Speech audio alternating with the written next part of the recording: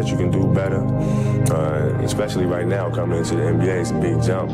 So you really have to keep on improving yourself on a daily basis, keep trying to learn something new. Because in the NBA, you have a lot of games, a lot of practices, and you're not going to feel healthy every practice. You're not going to be able to run as hard as you possibly can every practice. So you just basically try to learn as much as you can during those times. Even when you get to that point, you gotta keep on moving. Because there's always somebody out there who's working just as hard, if not harder than you are. I need you to try.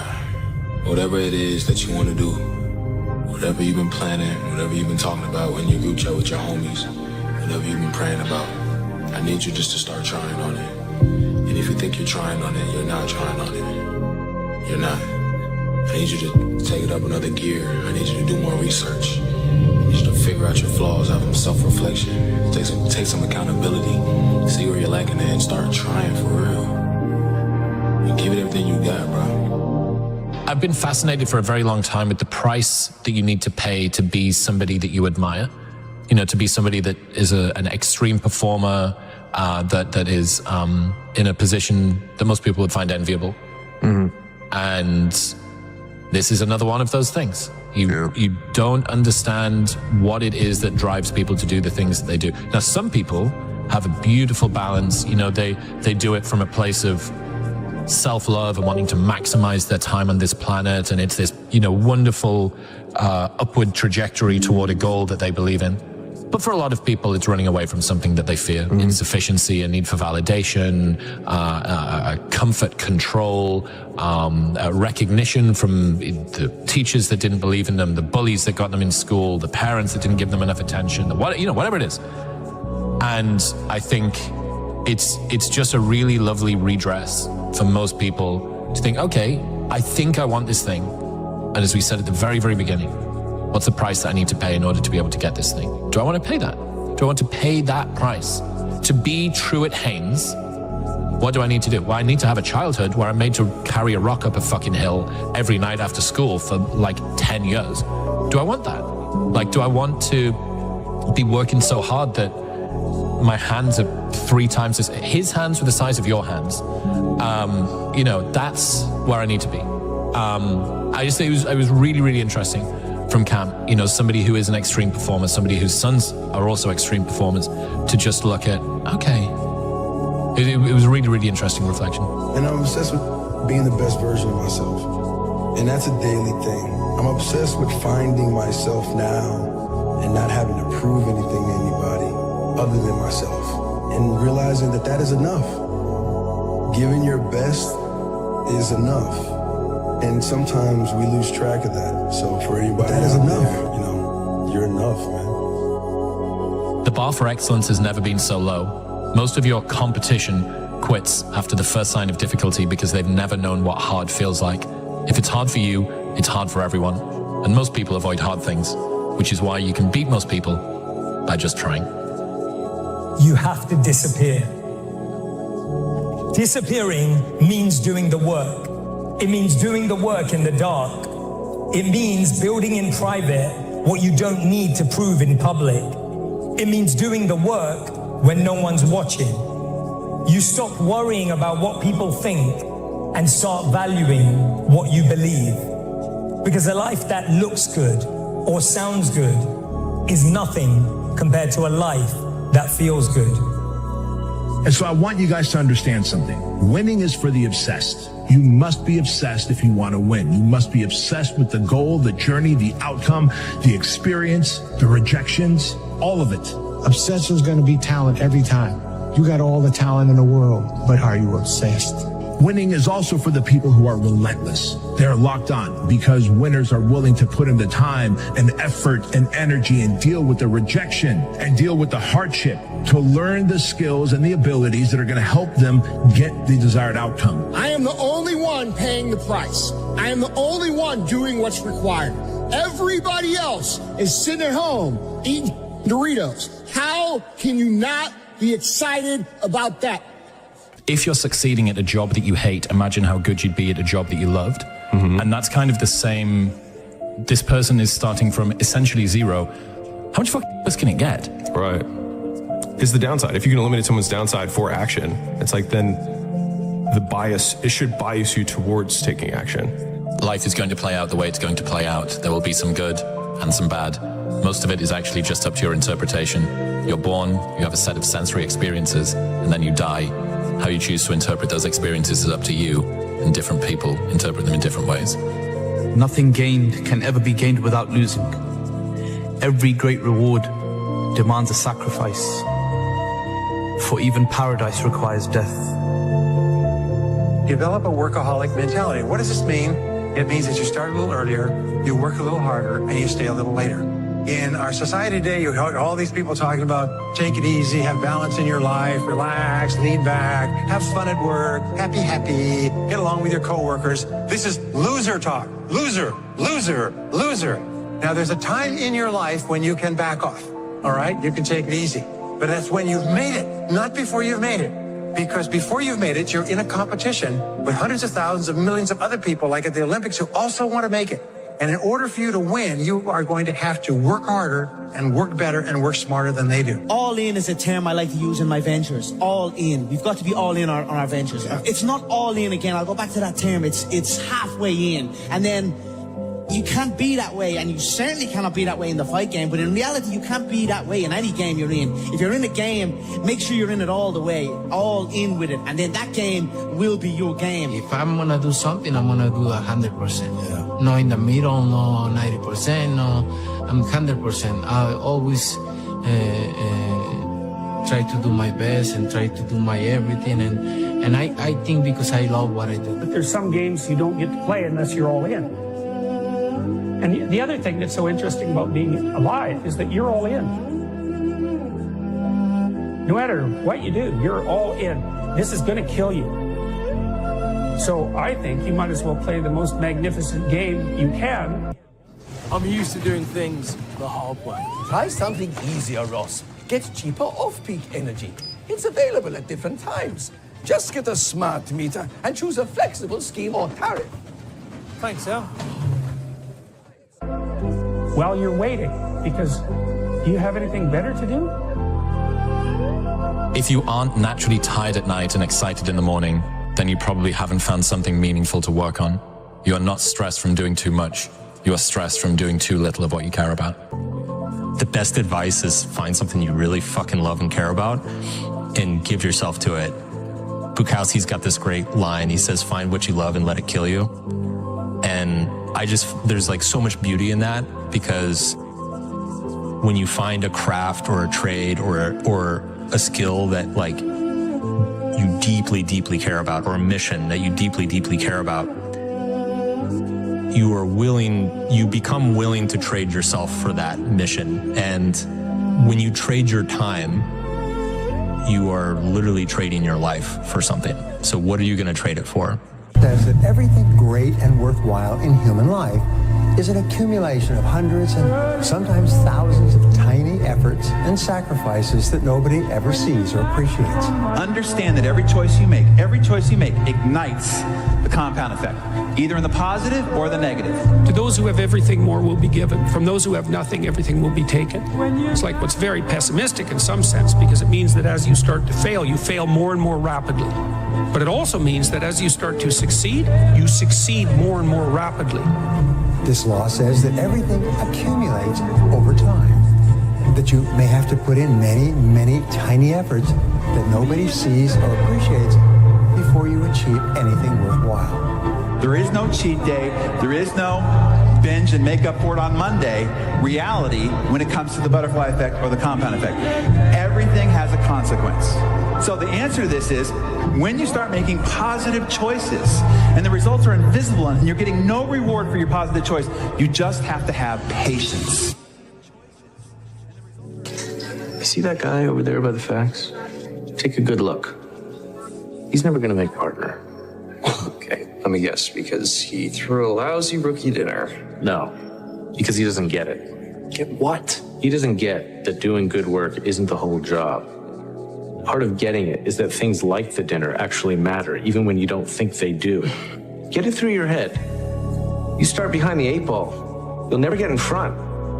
It's like a snowball. A snowball starts off very small, but it grows as it adds millions and millions of tiny snowflakes and continues to grow as it gathers momentum, turning into an avalanche that takes the whole mountain in front of it. You underestimate how the smallest decisions can compound into significant differences over a lifetime. Everything changed for me when I understood this philosophy. Learn to work harder on yourself than you do on your job. That's the simple philosophy that changed my life forever starting age 25. If you work hard on your job, you can make a living, which is fine. If you work hard on yourself, you can make a fortune, which is super fine. Rome wasn't built in a day. We all know that. Everyone hears that. But Rome also didn't fall apart overnight either. It took hundreds of years for Rome to reach its peak, but it also took time, hundreds of years, for Rome to decay and fall apart. And that is representative of life, because you don't achieve worthwhile goals quickly or easily. They take time. At the end of every day, you look yourself in the mirror and you ask yourself, did I get better today? If the answer is yes, and you do that for 5 years, 10 years, 15 years, how much better are you going to be? Are you getting better every single day? That's the question. And it's just taking small steps. You don't try to get it all done in one day, in 1 week, in 1 year. It's the process of getting better every day and doing that for a period of years that then create the masterpiece. Big things have small beginnings.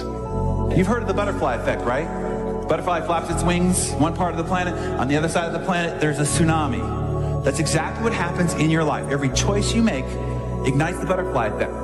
One little choice ignites a tsunami on the other side 10, 20 years down the road, either positive or negative. Every one of them. Most of us know what we could do to change things for the better. And we spend our time and our energy talking ourselves out of doing those things. And the other thing that I convince people of, because this is so true, it's the littlest stuff. The little things make all the difference. A true change comes down to 5-second windows. And so you take an incremental step and, well, now you can lift 55 pounds instead of 52.5 pounds. You think, well, what the hell's that? It's like, it's one step on a very long journey. And so it starts to compound on you. So a small step today puts you in a position to take a slight. Years later, they asked him how he did it, and he just smiled, because they never saw the grind. It's the quiet hustle that makes the loudest impact. The compound effect reveals the core essentials responsible for the success of every superachiever you will ever read about. This is the bottom line. Success is not doing 5,000 things really well. Success is doing 70-80% of people are not aware of how they spend their time. They think they spend a lot of time in meetings. It turns out they spend a lot of time socializing. They think they spend a lot of time working on reports. It turns out they spend a lot of time on the telephone. They think they spend a lot of time doing important jobs. It turns out they spend a lot of time wasting time. So keep a time log, or just keep a sheet, and whenever you have a chance to look at your watch, write down what you're doing at the time, or have somebody else watch what you're doing and feed back to you how you're spending your time. And then you have to ask, is how I'm spending my time consistent with my major goals, my top priorities, my high payoff tasks? And you'll find that it's not. And you'll also find that you feel frustrated and you feel stressed if you are not working your time on the things that you're supposed to do. Whatever it is that you're pursuing to achieve or create or express in the world, I think a lot of people back out before that happens. The fact that you've been doing this for a world. I knew a man who once said death smiles at us all. All a man can do is smile back. It always takes me back to that quote of Marcus Aurelius, who had a slave that would sit behind him and always whisper to him, hey, you're just a man. You're just a man. You have to let it all go, Neo. Fear, doubt, and disbelief. Free your mind. Guess I'm not in the mood today. Mood? What's mood to do with it? You fight when the necessity arises, no matter the mood. Now fight! Trust your instincts. Don't think, just do. You think up there, you're dead. Believe me. But fear is a choice. Your fate lies on whatever road you take. Even if you choose to run from it. It's only after Honestly, the best way to get salon-worthy hair at home. I'm obsessed with the herbal essences argan oil elixir. My hair feels so nourished and it literally feels so soft. It smells like a spa. It's insane. I'm obsessed with it. Before we even start, look at this transformation because this literally upgraded my hair.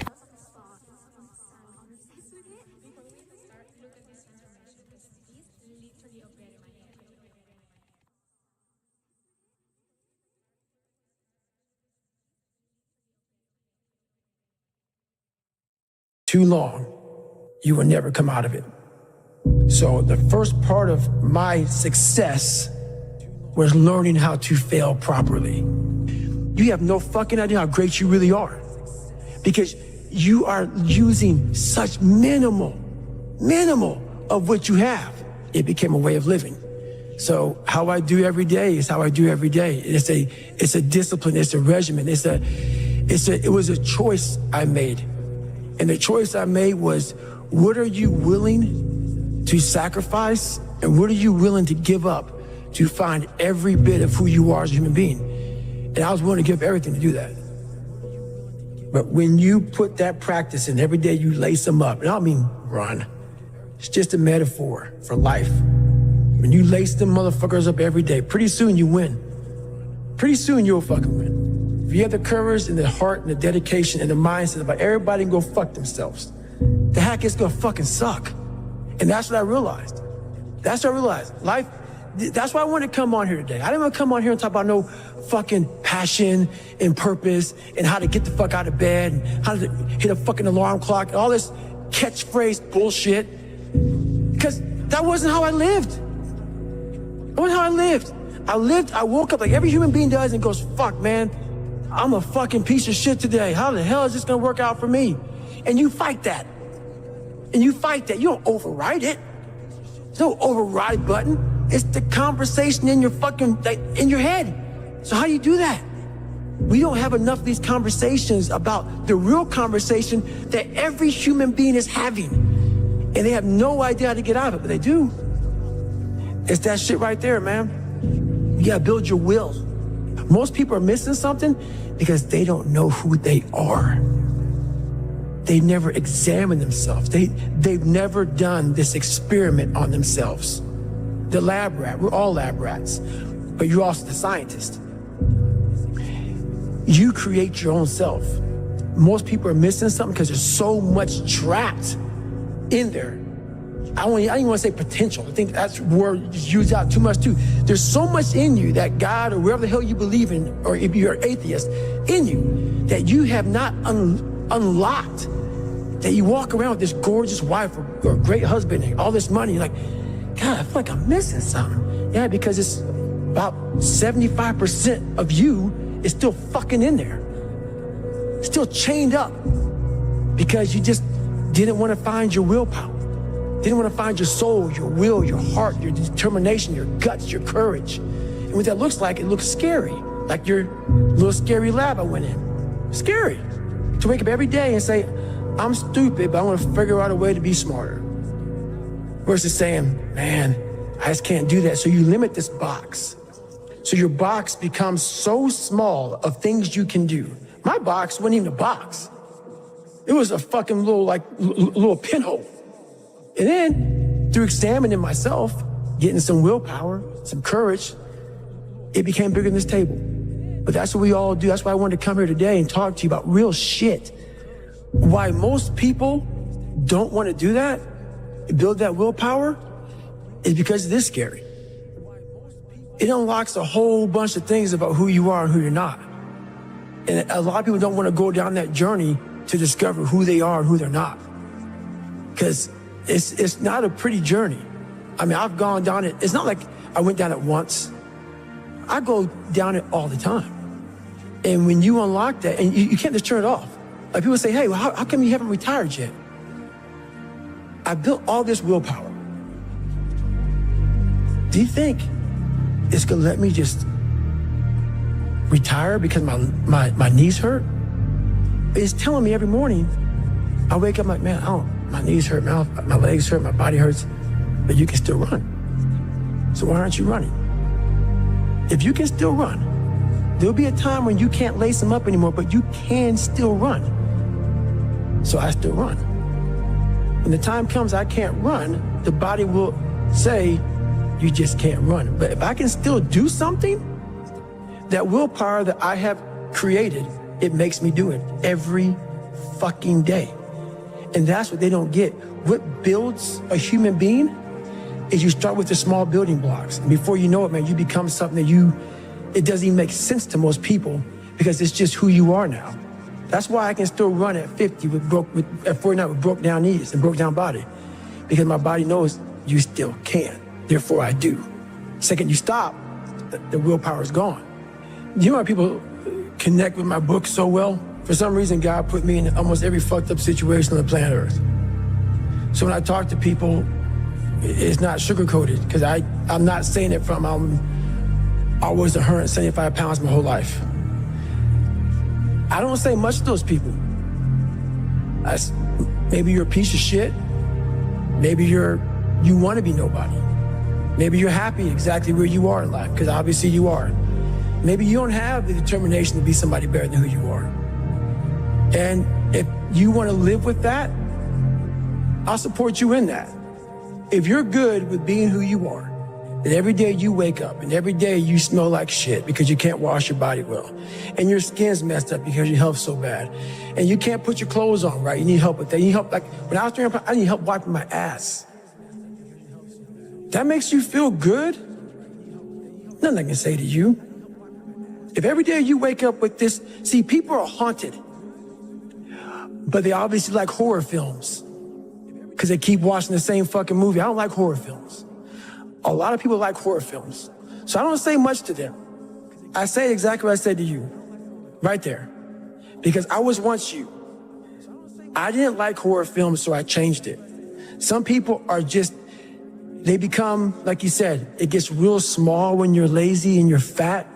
Your will, their will is so small that they don't have any, and you can't give it to them. There has to be something. This is what I'm talking about now, because this isn't a hack. This has to be in you. Something in you has to wake up. And usually the only person that can wake it up is you.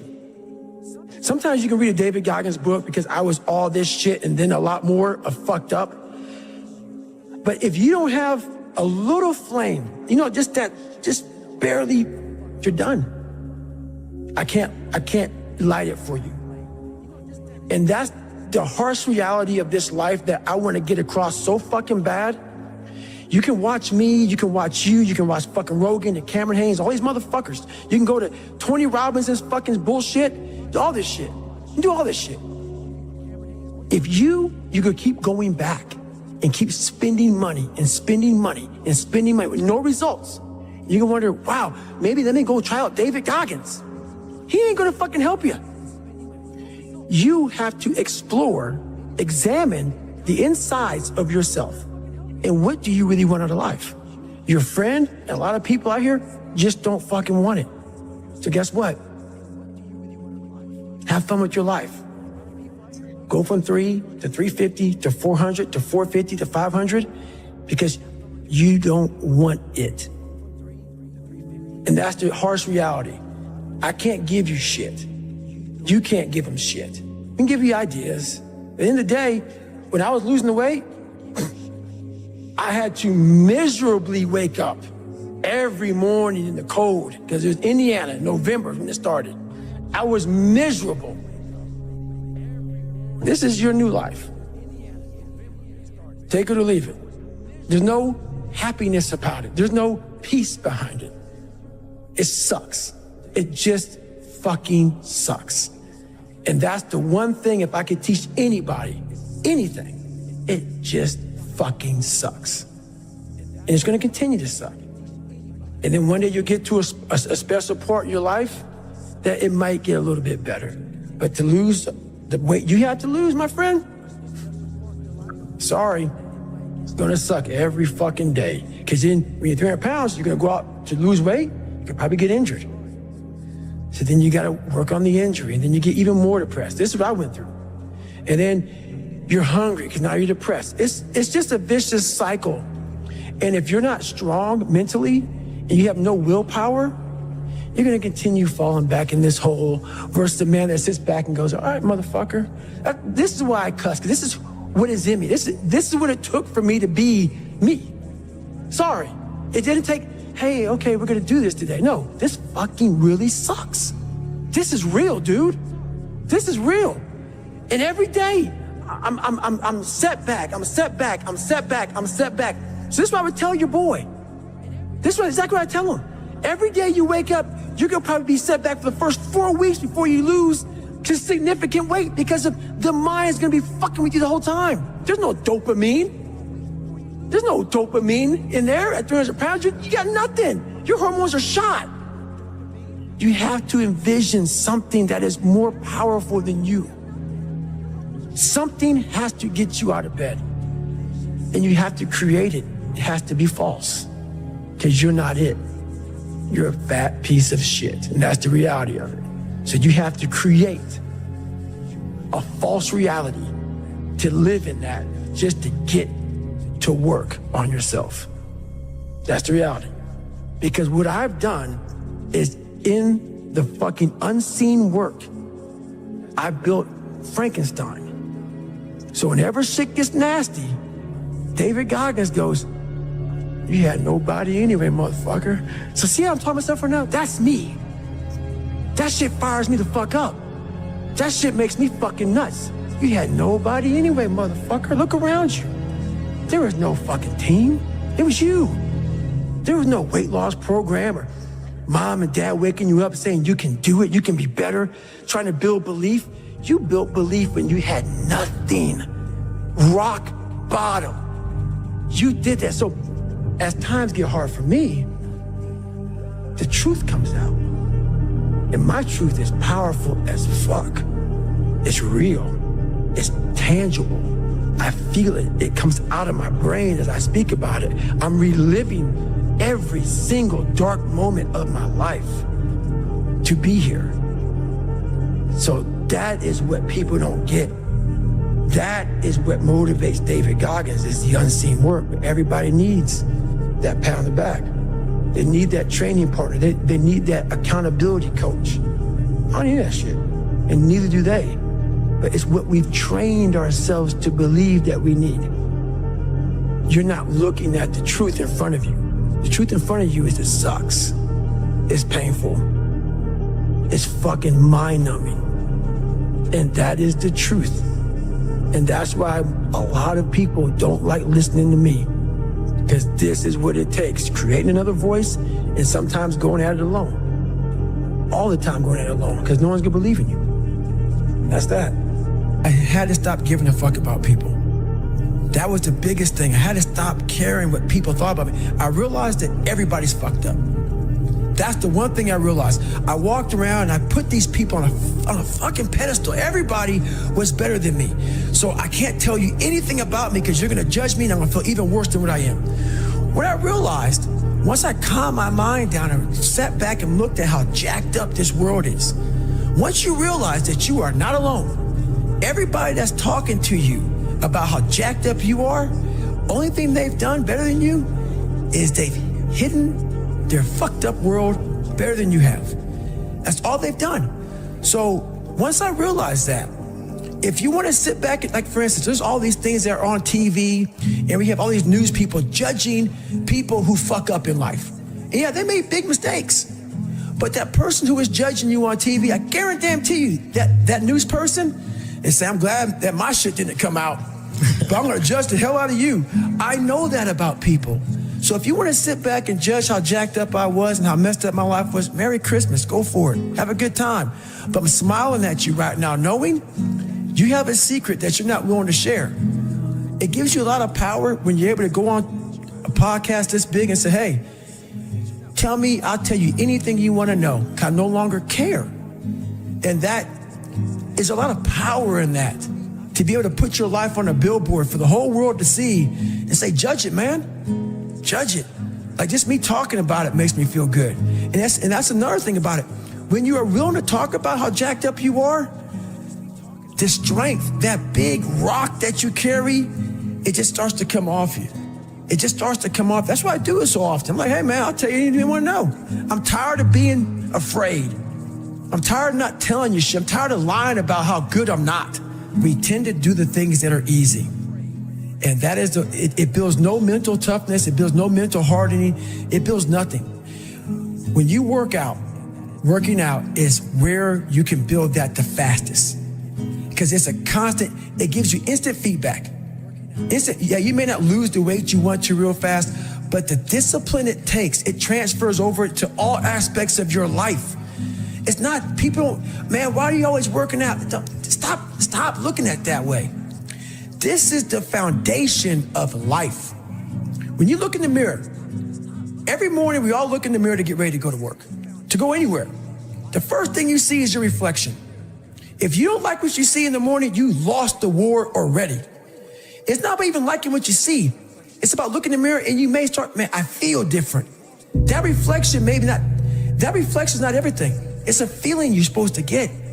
So you have to, in life, once you leave your house, the war begins. In your house, you have some control. And that reflection in the mirror, you have to control that reflection in the mirror. That's how you start your day. If you leave your house feeling like, okay, I can fight.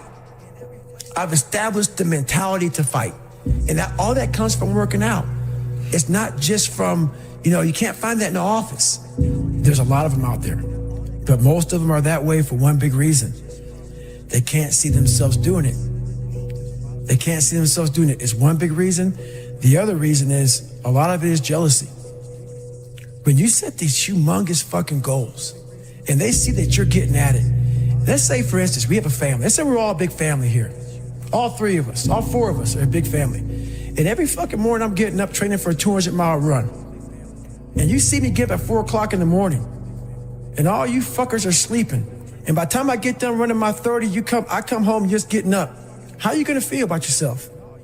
A lot of times when you're an overachiever and you have people, that's what I talk about the mediocrity thing. A lot of our family members, a lot of our friends, they're mediocre. There's always those couple of guys who are uncommon, who wanna be better. But you make that mediocre motherfucker feel like shit. Whether it's your mom, your dad, whoever. You make him feel horrible. I've been there. I'm speaking from experience. You get somebody around you, man, who's trying to be better and you don't have the drive that they have, it's a constant reminder of how fucked up you are. You have to know that that's what it is. Anybody in your course not saying, man, get after it, brother, I'm so proud of you, they have a problem with themselves. Because all you're trying to do is achieve more. If that's a problem for somebody, you have to look at them and say, man, you really have a fucking problem with yourself, huh?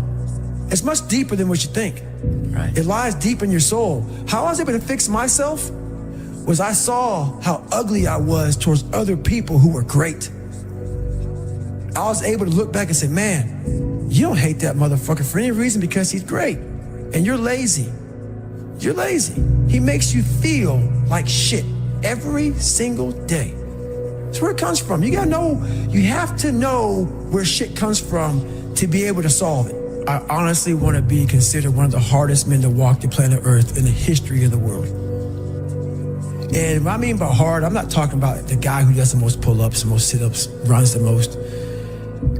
Just a person who's able to overcome any adversity in front of him, to figure out a way. Hardness isn't about all this physical shit, man. Yeah, it helped me get to where I'm at. But all I was doing in the whole process, the process wasn't to be ripped. It wasn't to walk around with my shirt off. That wasn't it. I knew through the physical challenges, through the physical suffering, my mind was getting stronger. I was literally doing that for a reason. I had a weak mind. All the rest just happened to come with it. I was trying to strengthen the mind to handle all the judgment that's passed on me, perceived and not. Sometimes you make it up in your own head. I just want to be able to handle all of that, everything, physical, mental. I want to be perceived as that, like an old school barbarian, an old school guy that's like, God, dog, man, nothing can hurt the guy, which is why the book is titled, Can't Hurt Me. I want people to have that mantra in their life. Take that with you. Take it everywhere you go in life. And if you believe that and you work towards that, callous in your mind, strengthen yourself. Can't hurt me is strong. In any situation, like when I was in Buzz, they beat the shit out of you. I'd be the first one to get up and say, can't hurt me, motherfucker. And they were beating the hell out of me. But you say that enough to you. False motivation becomes fucking real motivation after a while. I realized is I'm not a cookie cutter type of guy. Right. I'm not here to take your money. I'm here to help you. If you're coming in to work with a guy like me, who knows that you have to have thick skin to get better, you have to call yourself out. If you're fat and you're fucked up, I want to hear that. I don't want to hear you tap dancing around shit. So I don't take on many clients because when you work with me, we're going to get to the root of the fucking problem. And a lot of people don't want to go there. They don't want to talk about their childhood. They don't want to talk about their past. They want to get to the root of the problem, and then they go, why am I not getting better? Because there's a lot of shit in there you haven't dealt with, brother. People go to the gym, like for instance, going through any kind of special operations school. These people go to the gym, they get big, they get jacked, they can run fast, all that shit. But the only thing they're doing is they're coding over the mind. All you're doing is building a bigger, stronger quitter. Your mind hasn't gotten any stronger because you haven't gone back in there and dealt with shit. So the second adversity comes, like, my God, I'm so fucking fit. What's wrong? Your mind is still soft. So I work on the mind. It's hard for me to respect people who are able to come into that world and leave. Sure. This is a fucking lifestyle, man. And people wonder, why am I not achieving more? It's because all of us, once we achieve something, we celebrate for a long years fucking time. And we wonder, why don't I have drive anymore? Where's it all at? If you don't develop a routine of suffering, and suffering is not like go out and kill yourself every day, it's being uncomfortable. Yeah.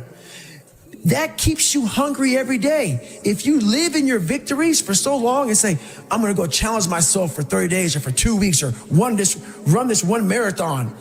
And it ends, I did one marathon. Okay. That's why it leaves you. It leaves you because you haven't set up the next obstacle. Obstacles is how you grow. You must continue to have friction. Friction is where growth is at. With no friction, there's no growth. Make up your own mission statement. What do you want to be in life? And once you do that, now you can work with somebody to get better. You can work with yourself to get better. But until you know what you want to stand for, you will always just be sitting down. You'll never stand for anything. But guess what happens? That alarm clock goes off at 4 a.m. to train. I don't want to be a SEAL today. Or I don't want to be whatever today. I'll start tomorrow. And that's the usual pattern of people's lives. That's why I talk about clearing out the mind. Until you really want to do something, you're always going to be a talker. You always going to run your fucking mouth. So if you wake up in the morning and you don't want to do something, you don't care enough about yourself. And that's what you need to really research is, man, why am I not doing this for myself? Because that is the number one purpose in life, is to better oneself. All those things of comfort are there in that 1 second. And this is where people lose. So what I do in that 1 second, because we all think about quitting when shit's hard. But what you have to do in that 1 second is hard to process information during pain. Because that pain takes over and you can't think rationally. You're thinking about fight or flight, save yourself. That's not a rational thought.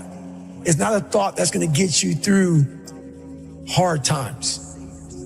Most people fail that 1 second. So what happens, what I do in that 1 second, and there's a bigger process to all this, but in that 1 second, I physically stayed in that water. Because if I get out of the water, I quit. So I physically stay in the water, but mentally, I'm on the fucking beach with the fucking instructors. And the instructors, it's cold outside, so they got these parkas on. They got their cup of fucking Joe, and they're warm because they've already been through it. So now it's your turn to go through it. So mentally, I get back with them. I'm still in the water physically, but mentally, I'm back with them. I'm chilling. I got my parka on, and now I'm thinking logically because I'm warm now. Mentally, I'm warm. I've taken that 1 second. Let's not quit yet, Goggins. Let's fucking think about your options. where are you going to end up if you quit this shit? Where are you going to go? What are you going to say to yourself? Because you know you're going to get warm. The second you get out of this water, you can take a shower and you could be warm. And in 5 days, you could be out. So I start thinking logically. I calm my brain down because your brain just wants to get the fuck out. Ring the bell, put your helmet down, get warm, and then you're really fucked. And these are the things you have to think about in a 1 second decision. So that's what that's all about. It's about gaining control of your mind, putting things back in the proper perspective, and then saying, I really do want to be here. And I'm going to have a bunch of these 1 seconds through this 130-hour journey. And I have to learn to control these, because if I fail one of these 1 seconds, I will not be a SEAL. I will not be a doctor. I will not be a lawyer. I will not be whatever the fuck it is. So that's how important that 1 second decision is. It's all about your mind takes control of you. You have to say, fuck you. I run this motherfucker. And that's what that's all about. So every morning starts with a run. And that's because that's the one thing I hate to do more than anything in the world. So that's like my cup of coffee. And I'm all about armoring yourself. So the second you leave your house, and the second you open your phone, the second you do any of that shit, you are now letting in poison and cancer. So I make sure a lot of things you can't avoid. So as I get up, I start to armor plate my mind and body. Like a person's going to war, you put your body armor on. That's what I'm doing on that run. I'm waking up and I'm giving myself all this armor. So when I come out in the world, look at that phone, I'm ready. I'm not waking up late. I'm not rushing around. I'm not disorganized, because I know I'm gonna get hit in the fucking mouth. There's an art to getting hit in the fucking mouth. And that is why these things are important. You have to wake up and you have to give yourself belief. You have to give yourself confidence. So it starts with that run. A lot of people sit back and they dream about being a sports figure, or dream about being a SEAL, or dream about being an astronaut. And all it is a motherfucking dream. They don't put the work behind the dream. That dream has become their fucking master.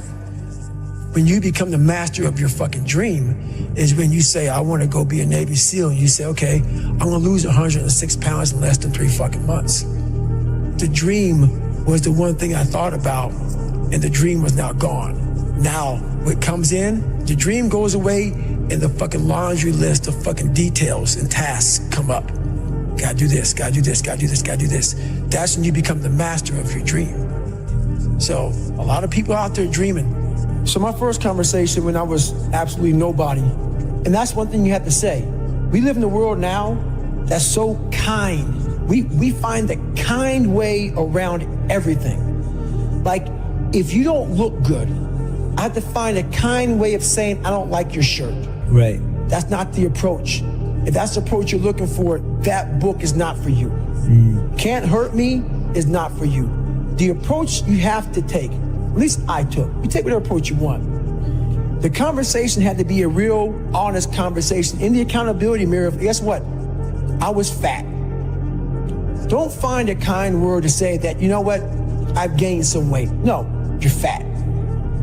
When I couldn't read, not like, hey, you know, you have a learning disability. No, I cannot read. I have a 4th grade reading level, I'm struggling, and sometimes I call myself stupid. Not in a way to put myself down. So don't take it like, my God, those are so hurtful. Yeah, they're hurtful, dishonest. The conversation has to become an honest conversation of where you're at mentally. Where am I at mentally? I look like shit. I feel like shit. I'm falling behind in school. I'm lazy. My house is a mess. You have to look at what it is and call it what it is. Don't find words to make yourself feel better, because so we hang around people that make us feel better, that tell us what we want to hear, not what we need to hear. And so we stay away from those people. And we stay away from those people, like our internal dialogue becomes that kind, it's okay, it's not okay. So that's where it starts. It starts with that accountability of, it's not okay anymore. This can no longer be okay. And calling yourself out for exactly what you are and exactly how you need to fix it. That's where it starts. Nothing gets solved by that, man. Nothing.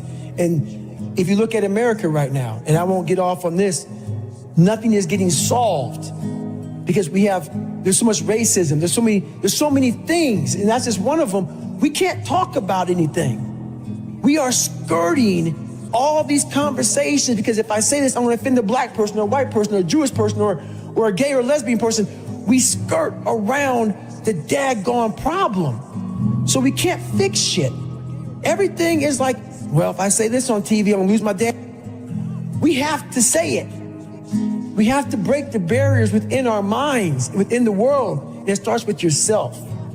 It starts with yourself. You gotta break the barriers down within yourself and just go there. You gotta go to yourself. So think about it, when I say suffering, people cringe. People, that's the one word, whenever I post about it, people cringe. It's not about suffering, how people may look at suffering. Like you have to just go to a place that just every day of your life is suffering. You have to tap into suffering every day of your life because we have so much scarring that we have to clean up. You have to look at suffering as almost like I look at failure. To succeed, you must fail. In failure and in suffering, all the answers are in there. All the answers to all the test questions. The test is your life. All the answers are in there. You don't have to live in suffering and pain and failure all the time. You have to learn, I need to visit it. Like people hate working out. You're only gonna visit working out maybe an hour a day. 23 other hours of the day, you're not in it. But how you become in shape is you must visit suffering, visit working out 1 hour a day. Visit suffering 1 hour a day. Visit your past failures 1 hour a day. The relationship with it is the answers are in there. They are in there. Within the suffering, go in there, and I call it the live autopsy. The live autopsy. How you find out someone died? They crack you open after you're dead. How you can live is do it while you're alive. Go back in your brain, crack it open while you're alive. Don't wait until you're fucking dead to figure out why you died. Do it while you are living. Go in there, go into the suffering, go into the pain of your life and say, why did this suck for me so bad? Why am I afraid of all this stuff? Why have I shut down the whole world? I guarantee I'll tell you why you shut down the whole world. It's in these nooks of the suffering within your brain, in the scarring, are all the answers to why you are on the couch feeling sorry for yourself. They lie within the scars. Visit them for at least an hour a day, study them, and then you'll find out more about yourself. You will then grow. So don't look at it as every day I suffer. Go into it an hour a day. Learn from yourself, learn from life, learn from your failures, learn from your insecurities, learn from your self-doubt. Don't just say, I'm afraid to jump off an airplane. What makes you afraid of it? Study it. That's why I studied my mind. Why I became so powerful in the mind is because I realized I was weak. So instead of running away from the mind, I dove into it and said, what is making me weak? Oh, this makes sense. I came from hell. I came from a place that beat me down to nothing, which is why I'm afraid. All this makes sense. So systematically, one by one, I went back and met every single person in my mind, every situation. There's a lot of cookie cutter shit out here in this world. Oh, discipline, wake up early, take a cold shower, fuck this, fuck that, whatever. It's all fucking bullshit. It's not. But what they don't teach you within the cookie cutter is like our minds are like a fucking garage. And the garage, if you open a garage and it's all cluttered up, it's all fucked up, you can't put your car in there. You got fucking boats and you got fucking kids' toys and shit everywhere. But if you organize that fucking garage and you put everything in its rightful spot, you can put that car in there, you can put 2 cars in there, you can put bikes in there. And that's like with the mind. People talk about discipline and fucking determination and fucking, repetitions and all this shit. Consistency. Why people fall off the wagon so often is because their mind is full of shit. There's no room in that mind for discipline. There's no room for consistency. They may do it once or twice, but then the mind takes over and that cluttered fucking garage comes in, and then it's like a circuit breaker, man. A circuit breaker just overloads and it fucking sparks. And our minds, that's our mind, man. It's like a fucking circuit breaker that has so much shit in it, you keep unloading it, you can't put any more into it. So I talk about it in there, man, so much about clearing space in your fucking mind so then you have room for all those discipline, waking up early, taking those, because they do mean something. But we don't get to that fucking dark matter that is keeping you from clearing out that mental garage. You're looking at fucking, I gotta take care of the kids schedule's all fucked up, my husband, my wife, you know, I'm going by McDonald's to get this, and I'm rushing my schedule. Everything's just fucked. I wish I was doing this, but I'm doing that. That's it. And that and this. I want a raise, but I can't get one. That's it. My boss is an asshole. Where's greatness in that, man? Yeah. You can't fit discipline into that. You can't fit structure. You can't fit consistency. You can't fit the grind. And then when you try, it just gets it gets fucking overrun by the fucking clutter in your fucked up mental garage. People have talent. People have a lot of talent. And this is going beyond your talent. So when there's no more talent, what happens to you? Most people quit. People only go to their talent level. And once their talent level is gone, it becomes a mental game. That the whole mental game sets in then. And most people can only perform to their talent. And they realize, man, why am I always messing up right here? Why is this like my big hurdle? It's because you're performing to your talent. And then after that, your mind has nothing for you. Nothing for you. I see fighters, I see runners, I see people who they're great, but they get to the edge of their talent. It's like, fuck, man, what's up? Because you're now at the point now where your talent ain't gonna do shit for you, my friend. Now it's the mental game. And that's where people get lost in life, get lost in that next level. And that next level is found for me in the things that I do. I'm just misunderstood. I got to a point, I'd be running. I was like, okay, man, we could do 10 miles today. I get to 10 miles, like, oh no, motherfucker. That fucking demon that I let out every fucking morning that walks the streets at night, he comes and says, hey, no, bitch, not today, man. There's somebody out there that you don't know, have never fucking met in your entire life, that is doing 12, 13, 14. You're gonna do another one. And when you meet him, you ain't gonna be fucking ready. So, Goggins kept on running.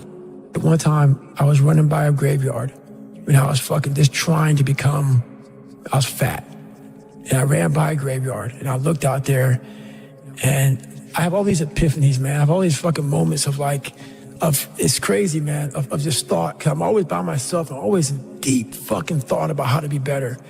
And I look out there, I'm like, man, I wonder how many of you motherfuckers in there fucking just are so upset with how you lived your life and fucking just regret how you lived it. And I'm running a 300-pound man thinking, man, don't fucking die like this, bro. Don't die like this. So people wonder where this shit comes from me. It comes from such deep thought of trying to see what this is all about. What is this life all about? What am I all about? Why am I here? You know, I had to find purpose. And my suffering, it had a purpose. I see these older guys who are still fucking grinding hard. People always talk about father time. Yeah. Father time doesn't get you, man. It's father fatigue. It's father fatigue, man. Like I see these guys who have been in sports for a long time, fighting, of basketball, football, whatever it is. Yeah. And it's that grind. It's that everyday waking up grind. It's not father time, man. It's the fact that, you know, I gotta go do it again. Yes. I gotta do it again. So a lot of these guys are fighting father fatigue and they're doing a good job of doing it. The things I don't enjoy that I still do, that's where growth is at. And that's, for me, the only place growth is at is in that very uncomfortable, in that uncomfortable zone. Yeah. So I have to visit it every single day. There may be some days I get up with poopy pants and I'm like, you know what, man? Fuck this, man. Like, what am I training for? Yeah. I have no race in the docket. Why am I having this such a structured life? Why? And I'm like, you know what? I'm good. I'm done. I retire every day. Yeah. I'm done with this shit. And I sit around and I say, okay. And then this is my thought process. So you want to be normal. So you just want to be like everybody else that roams the world, not knowing the power that's in them. Being fine with being mediocre. You want to go back to who you were, huh, David? I'm like, fuck that, man. And you have that conversation with yourself every day? Not every day, it's those bad days. Yeah. It's those bad days. I see a whole bunch of people walking around out here who have no idea how talented they truly are. And I'm talking about talent, like some God-given ability. Talent that sometimes you have to hone, you have to work on, and you have to harness yourself. You have to go to a different focus. The focus has to be so heightened that very few people they even understand that, but they have it in them. They have it in them to go there, but you have to go to a place of fear, of suffering, of pain, of doubt. And that's when your mind, if it knows it's not going to quit, it opens up. And once it opens up, that's my 40% rule. Once you can open your mind up when it knows it's not going to quit, it finds more. It finds more focus. It finds more power. It finds more drive. And that's what gets you through the 31 miles. That's what gets him so hyper-focused on that one little nodule to put his finger on. And that's what you find in those moments. But without those moments, you don't know what you're capable of. Because you're living a very structured life without risk. I'm going to explain this to you. I had big dreams. A lot of us have big dreams, big goals. And when you have goals that are maybe outside your reach, you have to know that getting to that goal, you're gonna have a lot of bad days, a lot of setbacks. So like when I was losing 106 pounds in 3 months, the first 2 months or first 2 weeks, it's like I was gaining weight. You know, I would lose a pound, gain 2. So I was just failing. I kept failing and kept failing and kept failing. So I had to teach myself how to fail right. And what that means is when I fail, I can't spend much time in that fail zone. I have to be able to get up and get after the next day just as fast. Because my goals were to be a Navy SEAL.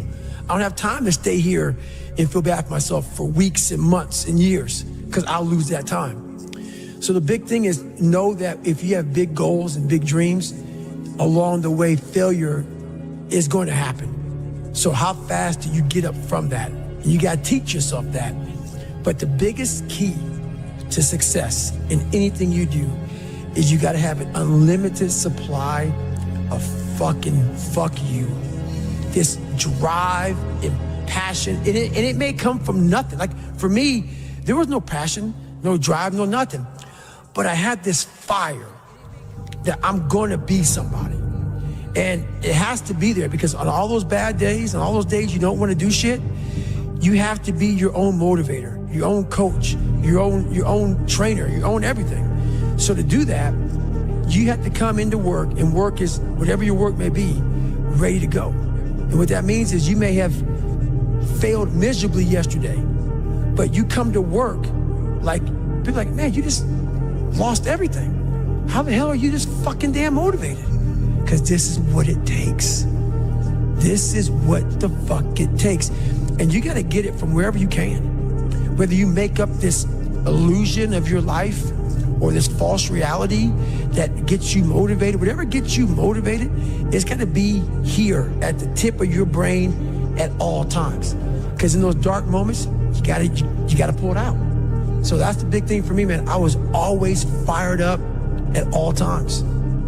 There's people in these different, programs that do it for 30 days. Right. And there's a lot of programs that are 30 days. And 30-day programs are good, but it's kind of a hack. Because while they say it takes 3 weeks to develop a habit or it's always this hacky shit. I'm gonna tell you right now, 30 days ain't gonna do shit for you. The permanent, you wanna make it permanent. Permanent, you start talking about a year, 18 months, 2 years, that's a sacrifice. And when you commit yourself to something for a year, you're not gonna say, oh, I'm gonna let that go.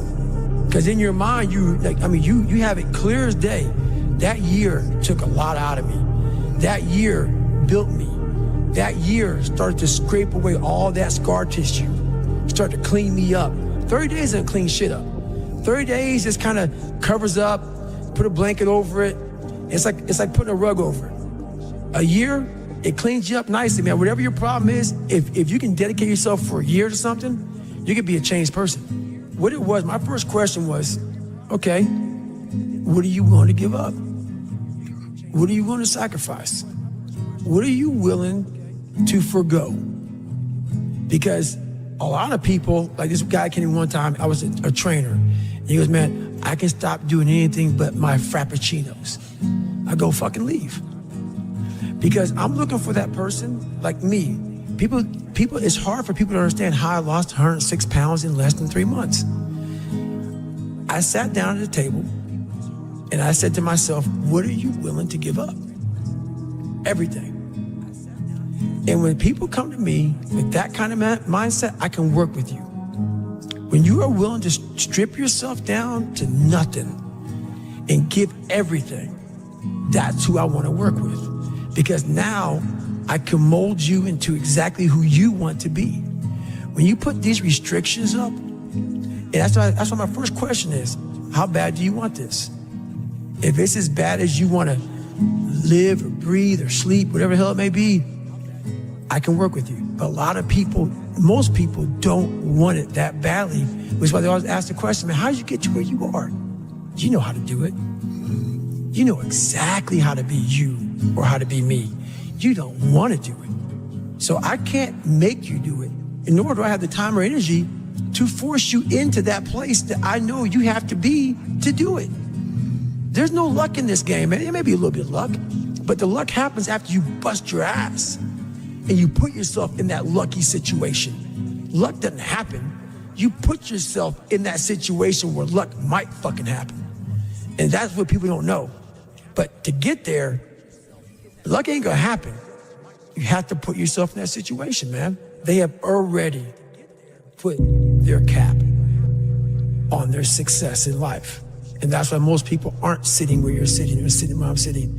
You never capped yourself. You might have, and if you did, you took it off. 100%. People cap themselves. They look at somebody, and because their mind can't imagine it, they then start talking shit. He has to be doing this, or he has to be doing that. There has to be some trick. There has to be some potion.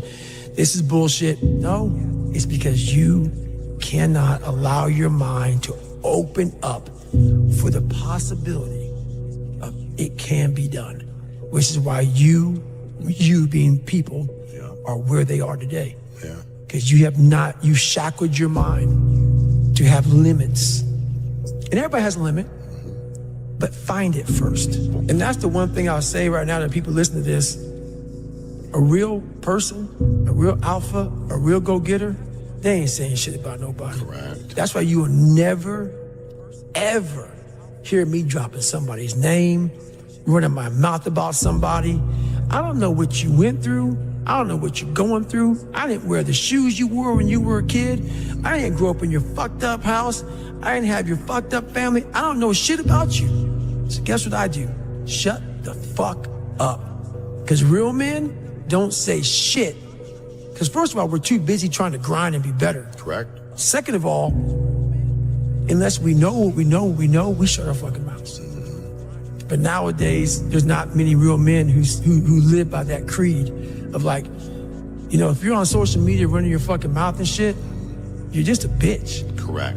You're honestly, and that's not me trying to be some after school special shit. You really are a bitch. Real men ain't doing it. Real men don't care about that gossipy bullshit. Get to work, man. Right. That's it. So the mind has a governor, like a car. If you're driving a car and the car has a governor on it, the car may say 130 miles an hour, but the governor's set for 91. Once that governor sets in, you get to 91, that car starts doing this. The car wants to go. The car wants to go, but that fucking factory said, we're not going past 91. We have a factory, a nice governor in our brain, and it's a survival mechanism. It protects us from pain and suffering. The second we feel that shit, our mind says, oh no, this isn't fun. We should back off. We should sit down, find something more comfortable. And there's something about the mind. The mind has the tactical advantage over you at all times. At all times of your life, the mind has a tactical advantage over you. Why is that? It knows what you're afraid of. It knows your insecurities. It knows your deep, dark lies. And it starts to push you away from that shit. It pushes you in a direction that is comfortable The mind controls everything. So what I realized was that when I was growing up and I was 300 pounds and I got all fat and I got all insecure, I realized that my mind kept taking me in this direction. When things got uncomfortable for me, when I was facing my insecurities, I was facing my fears, my mind said, oh no, we have the tactical advantage. We need to get you, separate you from this feeling over your life's all about feelings. We want the happy feeling. We don't want that feeling of this sucks. Why am I here? And you don't have any, so you can't answer those questions, so you leave. I started realizing that if in that moment, you can answer those fucked up questions and you are now in charge of your brain versus your brain ruling you, that's where all that stuff comes from. So the 40% rule is all of that. You get to 40%, your brain says, we're done. Let's roll, man. This is starting to get painful. This is uncomfortable. So you sit down. You have to figure out ways, and everybody's different. That's how the book kind of talks about, like we all have these things about, 5 steps to this and 4 steps to this. It's a lot more than that. That's all bullshit. It's a practice that you have to, it's a habit. So if you know that at 40%, I'm feeling pain. At 40%, I'm feeling pain. That's where the 40% rule kicks in. Now it starts. Okay, I'm feeling pain. My mind's saying all this shit to me. It's saying, get out of here, run, flee. The fight or flight kicks in. Okay, we're done. We're not good enough. It starts telling you all these things. You start to believe it because the mind controls all. This is the time where you have to gain control back of your mind. It's okay. Let me see if I can go 45%. And once you start giving yourself more and more hope and start realizing, okay, the mind starts to be, okay, what are you doing? We're supposed to be going right and you're going left. You start then controlling your mind. Start finding more in yourself. And then it goes from 40% to a lot further than that. But that's the start of it though. Get to the spot where your mind is saying stop. Wherever that is, you gotta get there first. And then that's when that shit starts to work for you. You gotta control yourself in that moment. You have to face that in that dark room. In that dark room is who you are. But in that dark room is where you have to create another human being that walks out of that dark room to face who you are. That's the only way you're gonna get over all those things. You have to create someone else. Not like you have 2 different personalities, it is you. But you have to find strength. And that visualization of almost me cracking out Goggins, like almost like that Superman cape, like I'm coming out a different person, a person that doesn't give a fuck about anything, who doesn't care about being judged, who knows I'm weak, who knows I'm afraid, who says, whatever you think about me, take it, whatever, I'm here. That's Goggins. In the dark room, you face yourself, you realize you want to be better, you realize you don't want to be this weak, insecure person in the world who has all these problems that we all have. We all have. Social media is a great platform to tell you who we want to be, not who we are. So that's where that dark room is. You have to first be uncomfortable with how you feel about yourself. With that voice that a lot of us like to run away from, we all have it. We all have that voice that say, hey man, you're kind of wimping out right now. You're kind of being a little punk right now. But a lot of us say, okay, that's okay. It's okay to tell these little white lies to ourselves. So we first have to face the real you. The real me is David Goggins. The real me is a guy looking at you right now saying, I don't want to fucking be on this show right now because I used to stutter as a kid. And I'm afraid of that. I'm afraid that here in a second, I'm going to start fucking stammering and stuttering and the whole world's going to know that I have all these issues. But that's when I see right now, okay, Goggins, you got to go on this fucking show. That's Goggins. Goggins is saying, okay, David Goggins, you're a punk. Life made you this way. We can't live like this. We can't live in fear. We can't live in judgment. We can't be afraid of what the fuck people right now are looking at me saying about me. We cannot be afraid of that. That's Goggins. Goggins saying, fuck all of you who don't like me, who don't want to, and that person then comes in. But you have to be David Goggins and say, man, I'm afraid of this. I'm fucked up here. Life made me this way here. I stutter. I have these issues with reading and writing, and I'm fat and I'm insecure. You have to face that in that dark room. In that dark room is who you are. I didn't teach myself victory first. I taught myself how to fail. When you're 300 pounds and you can't read and write and you're fucked up, You know how many times you're gonna fucking fail on that process? So if you don't know how to fail, there is no victory. Most of this generation quits the second they get talked to. You did this wrong, or they get yelled at. It's so easy to be great nowadays because everybody else most people are weak. This is a softened generation. So if you have any mental toughness, any ability, if you have any fraction of self-discipline, the ability to not want to do it but still do it. People have a hard thing to understand. I hate to run. And what makes me so crazy, it doesn't anymore, is people go, well, why do you run if you hate it? What are you talking about? If you can get through to doing things that you hate to do, on the other side is greatness. That's what people understand. By me running, I am callous in my mind. I'm not training for a race. I'm training for life. I'm training my mind and my body and my spirit so it's all one, so I can handle what life is going to throw at me. Because the life I've lived, it throws a whole bunch at you. And if you're not physically and mentally prepared for that, you're just going to crumble and you're good for nobody. Tighten up, people. It's okay. What are you going to do now? They don't own your life. All these insecure people putting their insecurities on you, you got to flush it out. You got to just be whoever the hell God or whatever the hell you believe in. If you believe in nothing but yourself, I don't care what it is. You got to take everything and throw it away. You have to believe in one thing, and that is yourself. Right now, for you to find greatness in yourself, you're not going to find it by looking in a book or by even hearing me. I may give you the spark, but you've got to go inside yourself to find it. And that means you got to be quiet. Shut the fuck up, go in a room, stop talking, search your soul, search your mind, search your abilities, and you'll find it. I'm just starting out in life. I don't know where I'm going, what I'm doing. How old are you?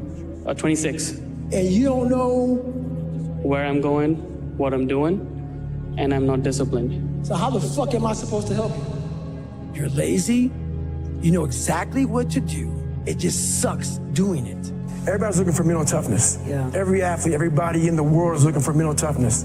The only way you gain mental toughness is to do things you're not happy doing. If you continue doing things that you're satisfied and that make you happy, you're not getting stronger. You're staying where you're at. Either you're getting better or you're getting worse. You're not staying the same. So what are you doing today? Doing the same thing I was doing last year and last month and last week. I'm continuing to look in the mirror, look at the reflection. It's called the accountability mirror. What have I done today to improve David Goggins? The accountability mirror is something that I kind of came up with in high school. Like I said, I started shaving my head when I was 16, and I got caught up in trying to impress so many people because no one liked me. So I developed so many different identities. When you look in the mirror, that's the one person you can't lie to. So every morning I would shave my head thinking, God, I would reflect back on some of the lies I may have told somebody or some of the ways I acted that I didn't feel comfortable doing. I was trying to make other people like me. How pathetic is that? We all have that voice that say, hey man, you know, you're kind of wimping out right now. You're kind of being a little punk right now. But a lot of us say, okay, that's okay. It's okay to tell these little white lies to ourselves. So we first have to face the real you. The real me is David Goggins. The real me is a guy looking at you right now saying, I don't want to fucking be on this show right now because I used to stutter as a kid and I'm afraid of that. But that's when I see right now, okay, Goggins, you got to go on this fucking show. That's Goggins. Goggins is saying, okay, David Goggins, you're a punk. Life made you this way. We can't live like this. We can't live in fear. We can't live in judgment.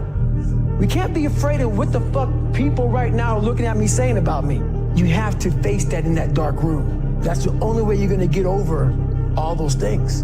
You have to create someone else. Human beings want to show you the best side, and they want to hide the worst side. For me, I'm gonna teach you how to be vulnerable, because that's the only way you fix yourself. Let's say it's a man up there or a woman, whatever, and they have a chart. And when you're born, they say David Goggins. They write the chart down because they can see everything. They know exactly where you're fucking supposed to be. You die, you go to so-called heaven. You arrive at heaven, I'm 300 pounds. I go up there and God looks at me and he shows me my chart. And my chart on there says you were supposed to be a Navy SEAL. You're supposed to weigh 185 pounds. I was supposed to live that life. And then you find out that the reason why, because we all think that if we pray on it, if we do this, if we do that, whatever, if we don't work, whatever, it's gonna magically happen for us. I believe that when I'm all said and done with, my whole job is to outwork the chart. Whatever the fucking chart says about me, the all-knowing power up there, I want to get up there and say, him look at me and say, I know everything. I didn't fucking see this. I want to feel that. I want to get to the other end of this fucking world, and however I'm being judged, whoever's judging me, to look at me and say, I did not fucking know. I had you at 185, I had you at this, but all this other shit, I was riding as you were living it. I want to find more, all I can. And in that fucking sack of shit, you have to dive in that to find more. Because if you're not willing to go in there and face yourself, you're not gonna find anything. It's so easy to be great nowadays, my friend, because most people are weak. Most people don't want to go to that extra mile. Most people don't want to find that extra because it sucks. It's miserable. It's lonely. Do things you hate to do. Be uncomfortable every fucking day of your life. Roger that. I'm not the smartest kid in the world. Instead of somebody saying, oh no, you're smart. No, don't say that to yourself. I said to myself, no, I'm a dumb motherfucker. Okay, roger that. How you get smarter? Educate yourself. So the things that we run from the truth. So the only way I became successful was going towards the truth. As painful and as brutal as it is, it changed me. It allowed me to become, in my own right, who I am today. I believe that most human beings are only living at about 40% of their capability. Yo, who's gonna carry the boats and the logs? At all times of your life, the mind has a tactical advantage over you. Why is that? It knows what you're afraid of. It knows your insecurities. It knows your deep, dark lies. And it starts to push you away from that shit. You talk about that you were kind of, lonely by yourself. I was the same way. And that used to hurt me growing up. Now I fucking thrive in that shit. That's the only place to be. Something in you has to wake up. And usually the only person that can wake it up is you. But if you don't have a little flame, just barely, you're done. I can't light it for you. And that's the harsh reality of this life that I want to get across so fucking bad. You can watch me, you can watch you, you can watch Rogan and Cameron Haynes, all these motherfuckers. You can go to Tony Robbins's fucking bullshit, all this shit. If you could keep going back and keep spending money and spending money and spending money with no results, you can wonder, wow, maybe let me go try out David Goggins. He ain't gonna fucking help you. You have to explore, examine the insides of yourself. And what do you really want out of life? You have to envision something that is more powerful than you. Something has to get you out of bed. And you have to create it. It has to be false. Because you're not it. You're a fat piece of shit. And that's the reality of it. So you have to create a false reality to live in that, just to get to work on yourself. That's the reality. Make up your own mission statement. What do you want to be in life? And once you do that, now you can work with somebody to get better. You can work with yourself to get better. But until you know what you want to stand for, you will always just be sitting down. You'll never stand for anything. Let's say you have no races. Let's say you have no classes, no nothing. There's no purpose in your life. People need to have purpose to get up. They need purpose to perform. You need to get to a point in your life where there's nothing on the docket. If you're not constantly performing without purpose, you're not going to be ready when the time comes. It's this magical thing, purpose, that we're all looking for. But what's funny about it all is that we need these things to perform. But we don't take a second to realize the purpose is always there. The purpose never leaves us. Because the very purpose is you. You are always the purpose. There may be another purpose, like being a SEAL or going to college or whatever, but the main purpose in life is you. If you wake up in the morning and you don't want to do something, you don't care enough about yourself, because you have to want it. You have to want to be better. And it starts off with, you have to have pride in yourself. And a lot of people out here just don't fucking want it. So guess what? Have fun with your life. Go from 3 to 350 to 400 to 450 to 500 because you don't want it. And that's the harsh reality. I can't give you shit. I had to miserably wake up every morning in the cold. I was miserable. This is your new life. Take it or leave it. There's no happiness about it. There's no peace behind it. It sucks. It just fucking sucks. And it's gonna continue to suck.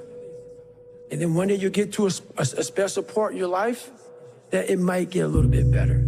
Self-discipline is everything. And if you don't have it, I don't look at you right, because I know you're capable of more. It's not discipline so much for me. It's all on you. The self part is what's big, where you're gonna fail and you're gonna be in your head. You're gonna be saying, I'm not good enough. And it's how you get through that. It's how you get through that on a daily basis when that thing is saying, man, I'm 43, I've done so much. You start to become civilized. The refrigerator gets full. You start making money and you start, I'm not getting cold anymore. I'm retired. At 40, people shouldn't be playing basketball or football or being in, you start to believe this shit. And it becomes in your fucking mind like, there's people who are retiring, at 40-something years old or 30-something years old. At 43, I'm still putting 100-mile weeks, still doing thousands of pull-ups, thousands of push-ups, because I'm not allowing myself to become civilized. The worst thing that can happen to a man is become civilized. You lose that fucking fight. You lose that, why the fuck am I doing this shit? I'm good. You ain't good, man. You ain't never fucking arrived. And that's just my mentality. You may have more, but you never fucking arrive. You want to be uncommon amongst uncommon people. It comes from, I had a rough childhood coming up, and I just took all that, negative energy and made it very positive for myself to drive me. I'm a very driven person.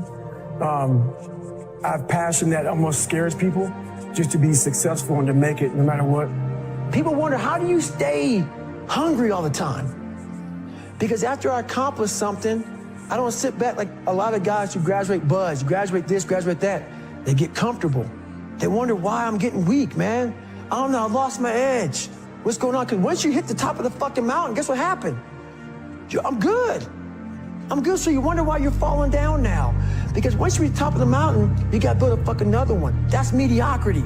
There's a lot of people in mediocrity who have a nice resume, but they're one-timers, man. They hit a one-time deal, they busted it open, got a lot of money, but they're good. You're a mediocre now, man. What are you fucking doing today, tomorrow, the next fucking day? I listen to a motherfucker who's like this, man.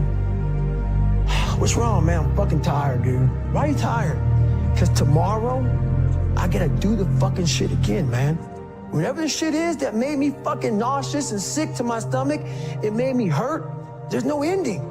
And that's the person I listen to. That's the person who's gained knowledge. You gain knowledge through suffering. And on the other end of suffering is a world that very few have ever seen. It's a beautiful world. I will have normal, everyday people picking me apart. Oh, his life is miserable. Who wants to live like that? It's crazy how it's almost like he's sick, he's psychotic. Because human beings need to hear this. They need to stop hearing these hacks on this and that. There's no fucking hack, bro. There's no fucking hack. Yeah, you may this and that and saunas and all this shit it's great. There is no fucking life hack. To grow that thing, how do you grow it? Do it, and do it, and do it, and do it. That's the hack. Let me teach you the real life, how it really is. The reason why you're a loser, and the reason why you're not fucking making it, and the reason why you're trying to go to I go to all these fucking conventions, speak all the fucking time. I look in the fucking audience, and these people sign up, fucking every year to go to a convention, thinking they're gonna learn something fucking different. What brings me joy and happiness is knowing how beautiful the mind is, and I'm one of the few people that didn't read about it, didn't experience it through some drug. I got to experience the beauty of true fucking willpower. True, fuck you, I'm gonna fail, I'm gonna fucking fail, and I will succeed. Just me talking about that gives me a feeling, I know what I did. And I don't need to travel somewhere or to have this or have that. I have it all here in my mind. And that is, when you finally get to that point for me, it's forever lasting peace. I could die right now on this show and I'll be happy, man. Sometimes life can really hijack your fucking mind. When that happens to you, you're all fucked up. Your goals, your ambitions, everything's out the fucking window. In life, we all go through different things. Sometimes your girlfriend or boyfriend breaks up with you. Guess what? Get the fuck over it. Maybe you failed a test in school. You worked your ass off. Guess what? You failed the fucking test. Get over it. Move past it. Learn to not let life hijack your brain. At work, you've been working your ass off for that new promotion. You don't fucking get it. Someone else does. Maybe they kiss better ass than you do. Guess what? Get over it. Life will hijack your mind if you let it. Don't allow all these things to make you a lesser person. You must own your mind. Don't let life own yours. Get after it, stay hard. If you pan it down here, you see it's about 3 o'clock in the morning and there's not a car or a person in sight. People want to know where I find my strength at, where I get my strength. I get it from a lot of places, but right now, this morning, I'm getting it from, there's not a motherfucker that's up. There's not a car, there's not a person. Everybody's in their bed, sleep, dreading that it's a Monday, hate it's a Monday, and I'm loving it. I'm loving that. Where everybody's getting weaker, I'm getting stronger. It's not about the running, the swimming, the push-ups, the sit-ups. It's about what those things do for your mentality. You don't get better on the daggone couch. You get better by coming out here and getting the fuck after it every daggone day. Stay hard. Every morning, every day of our lives, we have choices to make.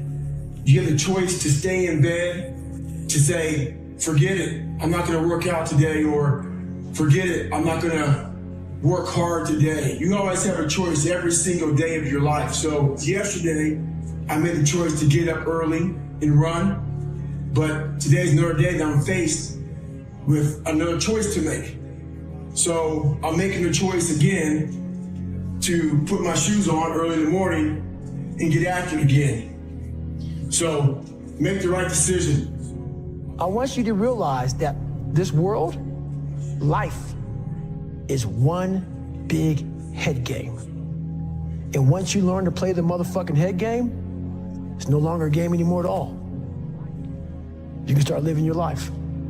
I've saw myself as the weakest human being on the planet. And I wanted to transform that into the hardest man God ever created. Who's gonna carry the boats? When you go to war with yourself, you find a lot of peace because you know exactly who you are. When you quit, your mind says we're done. So it doesn't expand. There's no expansion when you quit. Your mind takes control of you. You have to say, fuck you, I run this motherfucker. You gotta tell your brain where you wanna go and how you wanna go and how you wanna get there. Stay fucking hard. That warrior mentality that I'm so proud of, I wasn't born with it. I was not always this strong guy you see. I went through a lot of hard times in my life to get here today. What changed me was I had to be hard on myself. And I have to continue to grind myself into a fine dust. The only way I could find myself was through putting myself through the worst thing possible. I was a scared, uneducated kid who stuttered, and I had to look at myself in the mirror and hold myself accountable for who I wasn't and who I wanted to be. Nothing was coming back to save me, so I realized I didn't save myself. You gain knowledge through suffering. And on the other end of suffering is a world that very few have ever seen. It's a beautiful world, because that's where you find yourself. You gotta go into that hellhole of life that you have that fucked you up and fix it. And that's what I'm here to do. It's a hard journey. It's a real journey. It's a journey that's gonna take you way outside of being comfortable. We all look for toughness. We all want it, but we look for it in a comfortable environment. You will not find toughness in a comfortable environment. You gotta do your best work when you're least motivated. So those days you don't want to do it, guess what you gotta do? You gotta second the fuck up and do it. You have got to suffer to grow. To grow, you must suffer.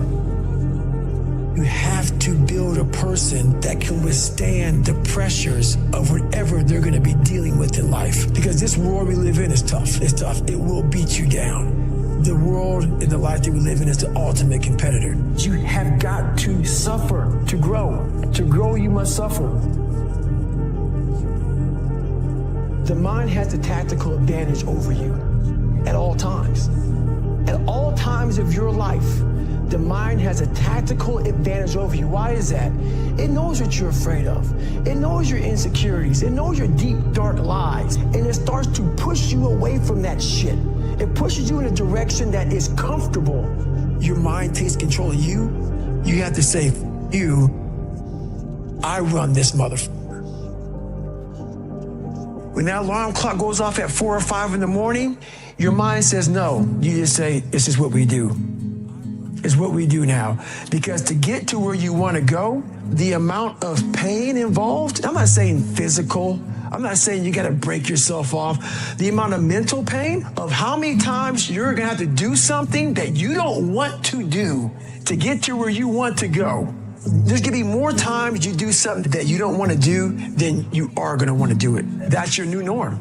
That's your new norm. And then once you do this over and over and over again, it becomes like breathing. I don't want to live this lifestyle, but to get to the other side of this, I have to. The only way you're ever going to get to the other side of this journey is you have got to suffer to grow. To grow, you must suffer. We have the ability to go in such a space. If you're willing to suffer, and I mean suffer, your brain and your body, once connected together, can do anything. I'm trying to build people up. I'm trying to armor their mind. I'm trying to get them the belief. Because this world we live in is tough.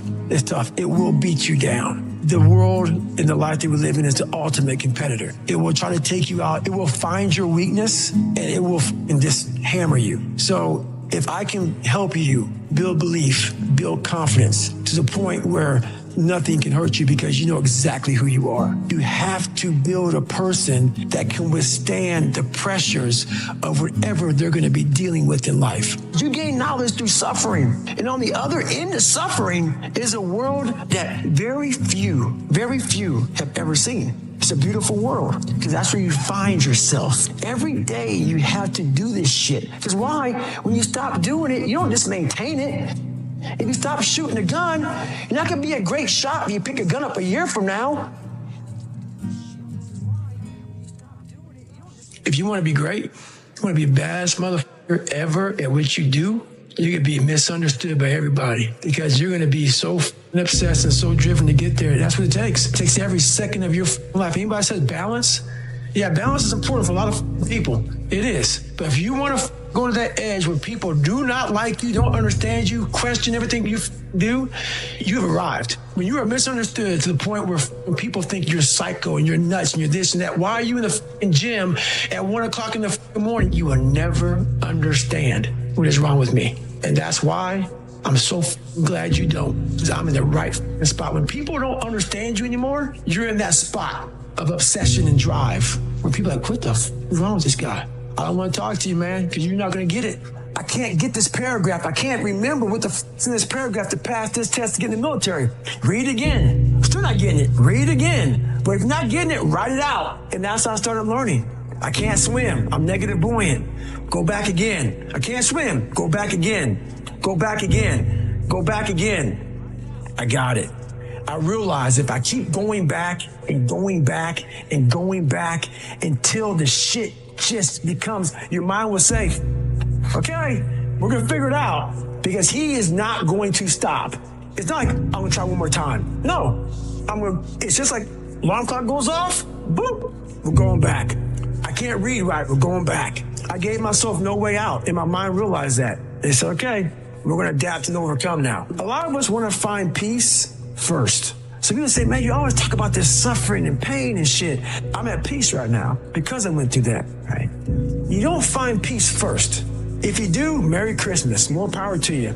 I found peace on the opposite end of finding myself. And no one really finds himself without going through trials, tribulations, suffering, accountability. And accountability is suffering. Being accountable every day for doing right for yourself, for the people next to you, it's miserable. One thing we don't do is we don't have a new norm. My new norm is you get up every morning at 4 o'clock and you suffer. This is your new norm. That became my new life. Most people want to get out of it. I said, no, motherfucker, this is your new life. This is who you are. Your new norm is you wake up and you suffer. And I started realizing if that's my mentality, this shit ain't hard anymore. Not getting civilized is about having a savage mentality. It's a comfortable world. A lot of us say, you know, like for instance, I see these athletes right now who retire. You know, I'm 38, you know, I'm 39. I did 20 years at the top of my game, and I'm chilling out now. You see them a year later and how they look. What the hell just happened to you? What the hell? You're one of the greatest athletes of all time. Kids looked up to you. Women, men of all ages looked up to you. And they hit the pinnacle where it's time to retire, and their mind says, I'm civilized. The worst thing that could ever happen to any human being is they become civilized. It's that total accountability. Like even when you retire, there's a mother looking at me and judging me right now, man. I was the baddest person to ever live. Doesn't go away, man.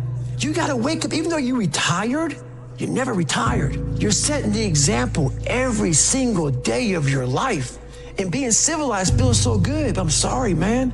Once you get to the top, you may retire, but you ain't never coming back home, man, because now you're judged. People see you falling off. You want to be that guy who knows I may be retired from the sport or whatever I did, but I'll be damned if you ever see me looking like shit, feeling like shit, not arriving. People, I've arrived mentality. You're always setting the example. Civilization feels so good.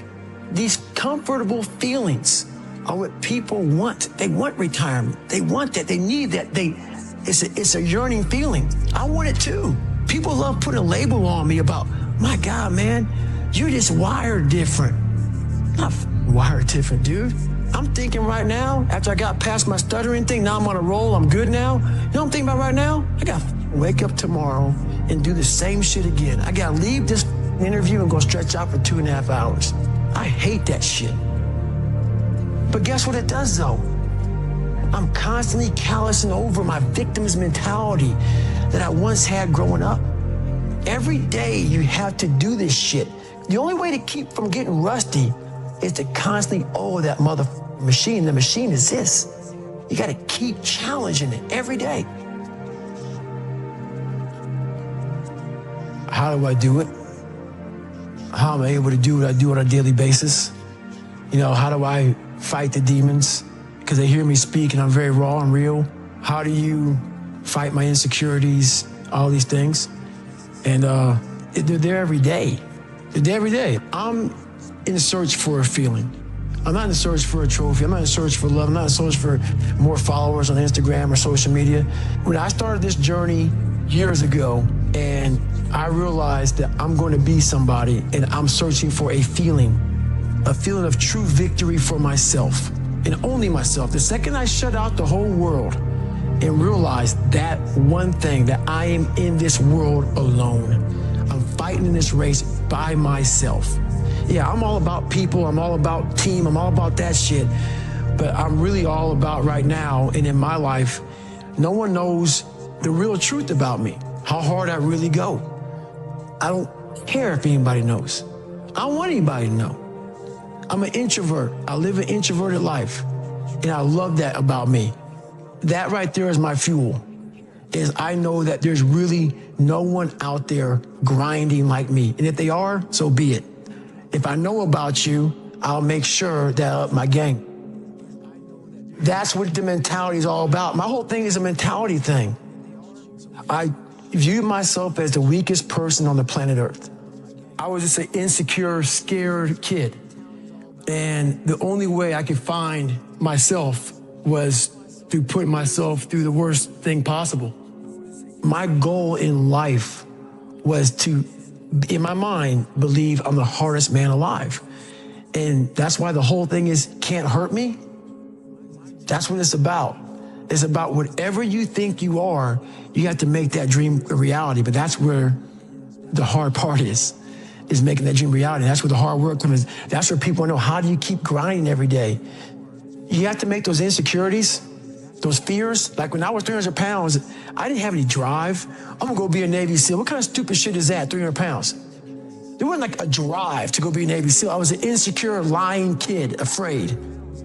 I had to look at my insecurities and in my fear and find drive in that. We're all looking for passion. Passion's all around you. You have a whole stack of it all around you. It's your insecurities, all that shit. You gotta dive deep into that shit. It's all in there. All the energy and fuel you need is right in yourself. It's all there. You got a lot of stuff to do to overcome. And, that's where I found it. I found it right there in my own insecurities. I found drive in my own insecurities. And that's the most powerful thing in the world. When you can find drive in your own doubt, fear, insecurities,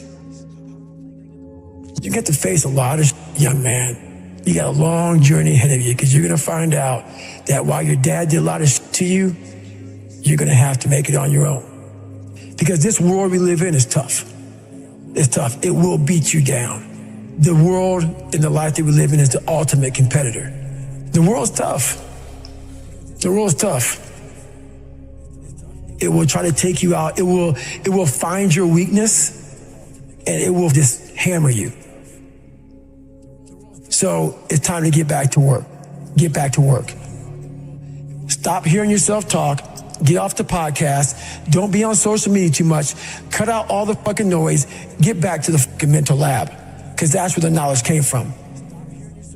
You need to get to a point in your life where there's nothing can hurt you because you know exactly who you are. You've faced your demons. You were able to hear all your past traumas. You were able to listen to them.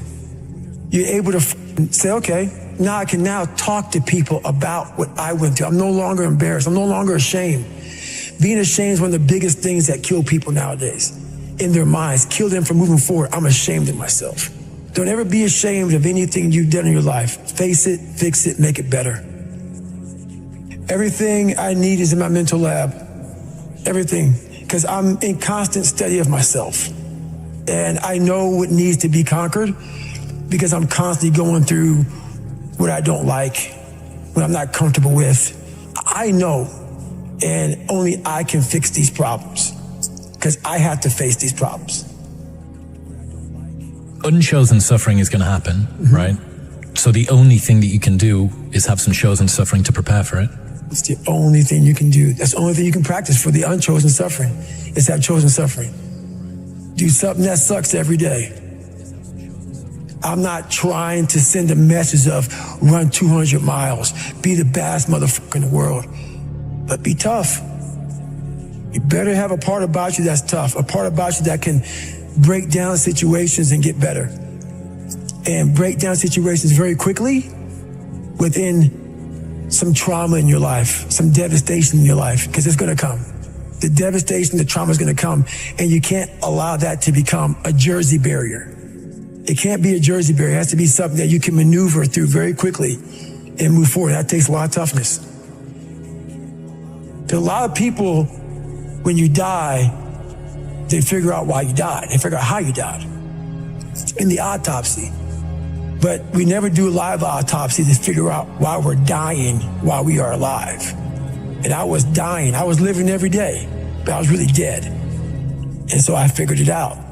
And once I figured it out, I was able to reborn. I was able to be reborn. You must take this knowledge that you learn from all this shit is knowledge. So I'm just trying to give people that strength to go in the archives of your life. Because while you're probably fucked up, there's probably something happened to you in your life. Go through the archives, dig it up, study it, and then use it for yourself. That's the main purpose for me right now. You need to be better here. You need to be better here. You need to overcome this, overcome that. And people need to have purpose to get up. They need purpose to perform. You need to get to a point in your life where there's nothing on the docket. There is no 5K. There's no, I'm going to get into school to be this or that and still perform to the highest level. Because what people don't get is one day that thing's going to come up. And if you're not constantly performing without purpose, you're not going to be ready when the time comes. It's this magical thing, purpose, that we're all looking for. But what's funny about it all is that we need these things to perform, but we don't take a second to realize the purpose is always there. The purpose never leaves us, because the very purpose is you. You are always the purpose.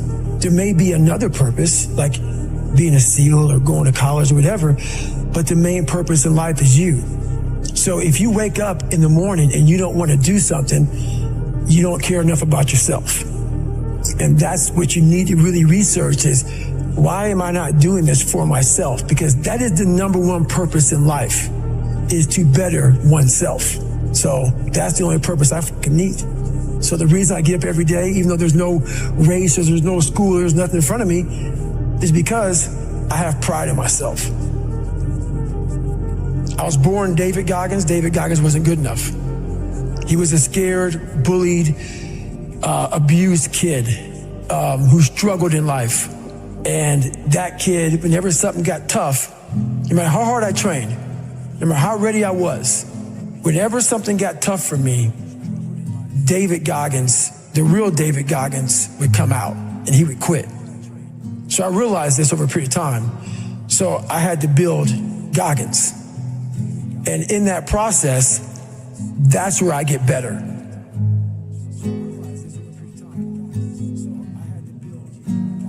I get better when I'm digging holes in the ground, when I'm waking up early knowing I don't have to do these things. That's where I get better. So it's important to stay hungry. It's important to stay hungry, but it's important more to stay humble within that hunger. So while you're hungry, a lot of people are hungry, but humility is everything. What was that story about William Crawford, the janitor? Yeah. So this guy won the Medal of Honor. So he won the Medal of Honor, and which is the highest award in the military. And this guy went to the Air Force Academy, and he was a janitor. And no one knew who the this man was. He had the highest award in all the military for heroics. For heroics, saving lives, putting his life on the line, could have been killed. And he is now basically, cleaning shitters for young kids. And we can all imagine how that probably went. There's probably some, little bit of taunting here and there. And he just sat there and cleaned the shitter. So that's why he's in my trained humility part, because for this man to be at the level he was and have that kind of humility to go, I'm a Medal of Honor winner, but I'm gonna put that in my closet, and I'm gonna pick up my broom and dustpan, and I'm gonna pick up, this rag and clean this for these young men. That right there is amazing for me, man. That's where you grow. That's growth, huge growth. And also it shows that he was doing his job. He was a servant. He didn't look at himself any better than anybody else. The second you do that, you totally lost. You cannot look at yourself like people with me even. I always look at people. I know where you are. I know where, because I've been there. That's why I help so many people out. I've never been above you. I've always pretty much been beneath you, and that's where my knowledge came from. So I know how to reach those people who are in the dungeon, because I've been there so many times. You have to be your best self when you're least motivated. And that's the tricky part about all that. Motivation is just a word. You have to have these different things in your mind on where you want to go, and know that motivation is not going to get me there, because I'm not going to always be motivated. Jocko said the exact same thing. He said that discipline eats motivation for breakfast. And discipline is good too, but without a clear headspace, there's no discipline. What do you mean? So let's say we have a circuit breaker, okay? And I'm loading everything up to one fucking circuit, just loading it up. It's gonna fucking blow. And once that thing blows, man, the circuit's all fucked up. You gotta have each thing plugged into the right spot, like a fucking crowded garage. You can't put anything in it. Once your brain is crowded, discipline is great, motivation is great, but if you can't fit shit in your brain because it's all fucking cluttered with shit, there's no discipline. You may have it sometimes when it fits in that crowded garage of your mind, but you don't have the consistency that you need to have with that discipline. I call it mental zones. Is you're organized in your mind. so you can put that discipline. So a lot of people talk about discipline. Okay, great. Why do you fall off the wagon? Why can't I continue with this routine? Going to the gym, being better, waking up early, eating the right foods.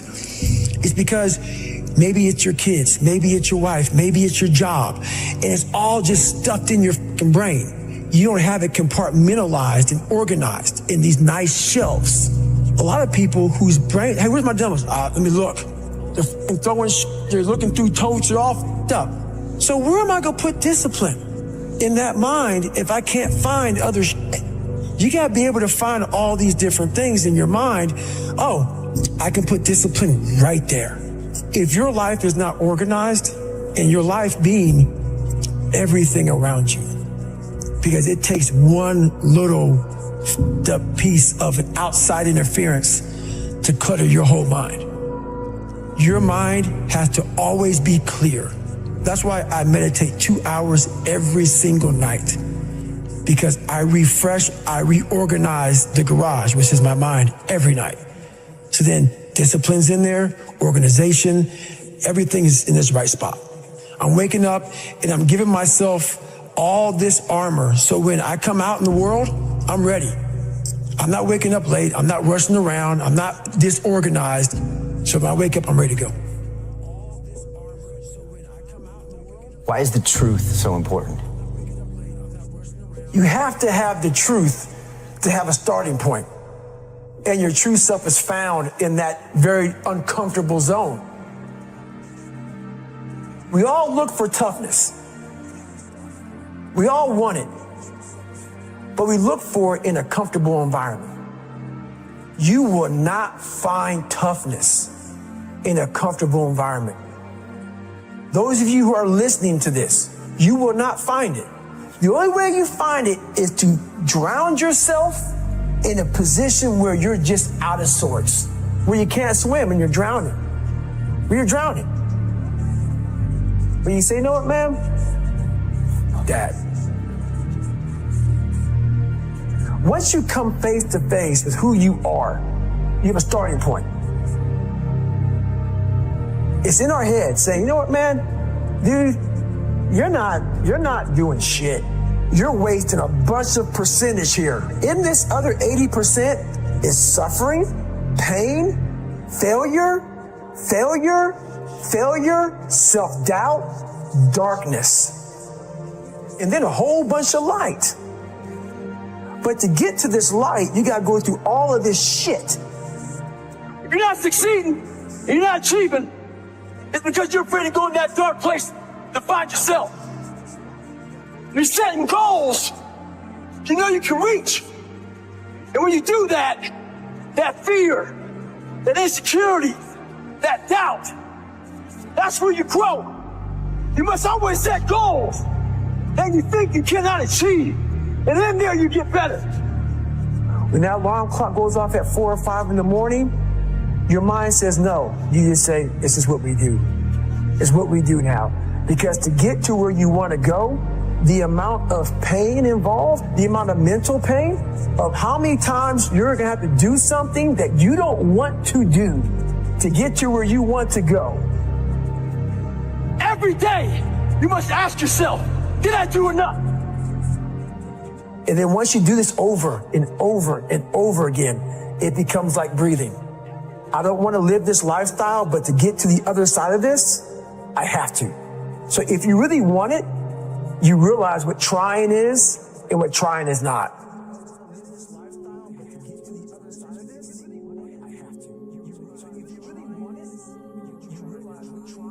Your brain is the most powerful weapon in the world. Once you put away your phones and your computers and all that shit we have nowadays, your brain is the only thing you have when you're going through depression, when you're going through hard times, when you're going through death, real life shit. You can't Google that shit, man. You're alone. You're alone. You may have a shrink you're going to, you may have a best friend you're going to, But there's 24 hours in the day where you're alone in this brain, and your brain is talking to you in all kind of ways, and it wants to control you and pull you in these different pockets. If you can't control your own brain and your brain controls you, you're fucked. You got to tell your brain where you want to go and how you want to go and how you want to get there. You got to control it. If not, it's over. It's over. All I knew back then was hard work. You got to work hard. You got to work hard. I can't get this paragraph. I can't remember what the fuck's in this paragraph to pass this test to get in the military. Read it again. Still not getting it. Read it again. But if not getting it, write it out. And that's how I started learning. I realized if I keep going back and going back and going back until the shit just becomes, your mind will say, fuck, okay, we're going to figure it out. It'll find a way. Because he is not going to stop. It's not like, I'm going to try one more time. No. Alarm clock goes off, boop, we're going back. I can't read right, we're going back. I gave myself no way out, and my mind realized that. They said, okay, we're going to adapt and overcome now. That was my mindset. And that's how you get through things. You put yourself, you immerse yourself wherever it is, and you become that. I became hell. And that became my new norm. I gave myself no way out. There was nothing outside these walls of hell. Nothing.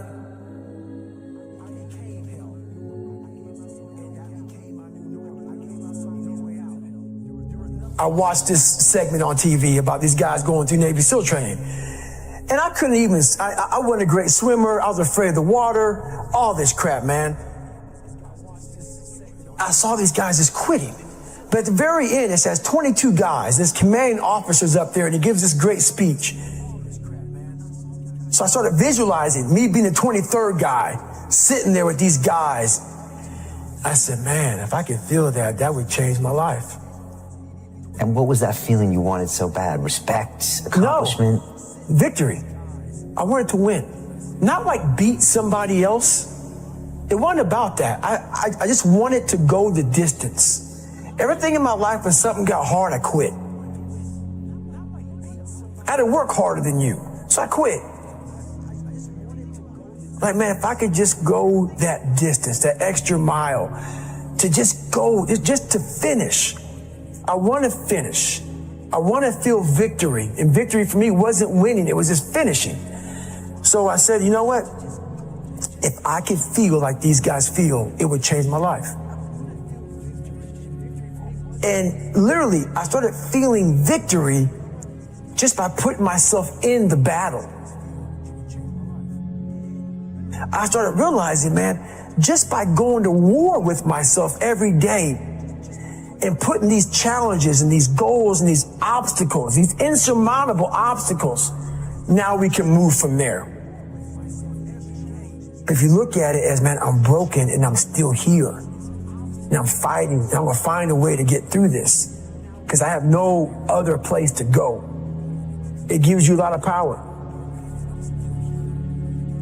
And no one really finds himself without going through trials, tribulations, suffering, accountability. And accountability is suffering. Being accountable every fucking day for doing right for yourself, for the people next to you, it's miserable.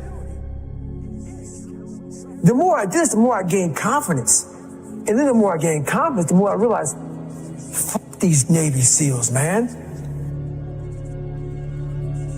These guys can't do what I'm doing right now. I had no coach, had no trainer, had no money. I didn't know how to lose weight. I had no knowledge of what I was doing. I was just working. I was just sacrificing. But I would have never found these tools if I didn't put myself in a very uncomfortable place. And your true self is found in that very uncomfortable zone. That's where he came from. He came from all these up obstacles, and now he's there. So everybody goes, how do you do that? You know exactly how to do that.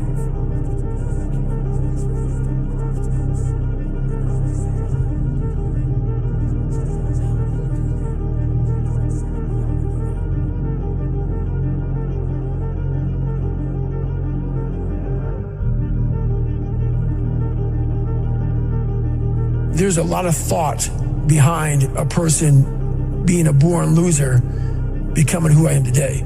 You don't just wake up and just rocky the shit. You gotta wake up and think about, there's a process to getting better, and that process is never finished. Like a lot of times, if your back is hurting, it may not be your back. It may be something else in your body that's making your back hurt. For me, I'm like, man, why can't I get past this hurdle? So like I said, I'm always examining myself every day. What is it? What is it? Well, there's only one thing you haven't examined yet, and it's going back to the beast, going back to the demon. All the fact that I went back, I'm not going back, and I went back, I'm not going back, and I went back. It showed me even more of what we have as humans, if we're willing to go there and we're willing to push that extra step. A lot of people, man, how do you do what you do? At the end of the day, I ask myself one question: can I take one more step? And usually the answer is yes. So if you can answer that question and not take another step, that is real failure. That is real quitting. So a lot of people can take one more step, but they choose not to. I don't know if you can take 2 steps. You got to answer that question after you take the first step. But I can always take one more step, so if I choose not to, that's on me. And I got to live with that. I had just climbed a mental wall that was amazing. And I didn't want anybody to take that pain away from me at that point, because that was all confirmation. So for me, this was the new level. You don't need a lot of things. Sometimes the only thing that kept me with that one step forward was one thing. Let's not quit yet, Goggins. Let's think about your options. Where are you going to end up if you quit this shit? Where are you going to go?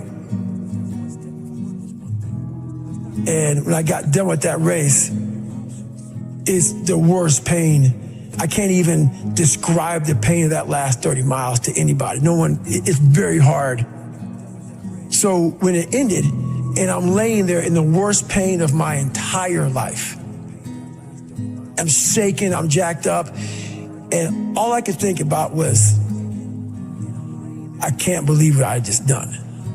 To me, it was humanly impossible to even think about going 30 more miles in that shape. And once you do it, what came over me when that shower hit me and the reality hit that I just went 101 miles.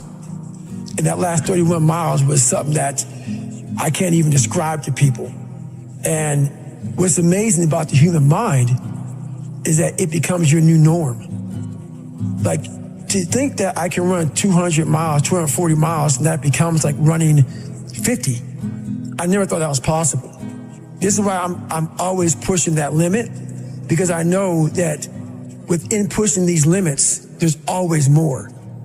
Did that set the tone or the rhythm for what you wanted to try and achieve and feel again? Each time you're pushing further? I never wanted to feel it again. I never wanted to feel it again. But what it did was it showed me what is possible. And that's what set the new stage for me. That's when I realized, oh man, I've really been underachieving my entire life. But it taught me what is possible. It taught me like, okay, I got it, check. I'm about action, and action means less talking and more doing. So that's where I've been. It only takes 1 second for you to lose the whole thing. So the 1 second decision is just that. You're in a situation where life is sucking. Let's say you're in extreme cold water and your life is flashing before your eyes. Every time that wave goes over your head, your thought process is, I gotta get the fuck out of this water. And you're in Hell Week. And you're hour 1 of 130 fucking hours. It's cold, I can't be cold this long. And then this is where that 1 second decision comes in. You forgot every reason why you wanted to be there. You don't care about SEALs. You don't care about any of this. You don't care about fighting for your country. All you want to do is go back home. You want the warmth. You may want something to eat. All those things of comfort are there in that 1 second. And this is where people lose. So what I do in that 1 second, because we all think about quitting, it's hard. But what you have to do in that 1 second is hard to process information during pain, because that pain takes over and you can't think rationally. You're thinking about fight or flight, save yourself. That's not a rational thought. It's not a thought that's going to get you through hard times. Most people fail that 1 second. So what happens, what I do, I start thinking logically. I calm my brain down, because your brain just wants to get the fuck out. It's about gaining control of your mind, putting things back in the proper perspective, and then saying, I really do want to be here, and I'm going to have a bunch of these 1 seconds, and I have to learn to control these, because if I fail one of these 1 seconds, I will not be a SEAL. I will not be a doctor. I will not be a lawyer. I will not be whatever the it is. So that's how important that 1 second decision is. It's all about your mind takes control of you. You have to say, you, I run this motherfucker. There's no other way to make it out here. I mean, you can't just always be, head down in the sand. You got to learn to pick yourself up on your own. A lot of times these fights and these battles, you got to be your own coach. You got to be your own motivator. Because there's a lot of people in this world who don't want to see you make it because they think you could take a piece of their pie. But I've learned to study people before I react. Because there's no successful person in the world who's in a good headspace that's going to ever attack anyone in that kind of manner. There's always going to be something wrong with them. So you got to always dive a little deeper before you get your feelings hurt. Take time. Take that 1 second to pull back and study them. Because most people who are in good places, they don't care about what you're doing. They don't care about what you're doing. They don't try to destroy you. They actually will try to build you up versus destroy who you are as a person. So that's where I'm at now in life, is most people who do that, they're in a very dark, dark place. As you get bigger, as you get more successful, you open the door for people to critique every fucking thing you do. And most of the people who are critiquing you usually aren't where you are. And all their critiquing comes from people who are really at a low level of life, which is sad. But what we do, people who are on the upper level, hearing the haters at the lower level, like I said, you'll never meet a hater doing better than you. True statement. So I started making these mixtapes with all of these hate messages about people talking shit. And it became such a source of fuel that it was amazing, because I know why you hate me. You hate me because you're probably in the bed right now. You're probably an underachiever. You're probably somebody who doesn't want to do anything with your life. So I make you question everything about yourself. So I'm going to continue making you question yourself by coming out here and being even more successful. So what happens is, there's days where I'm like, you know what?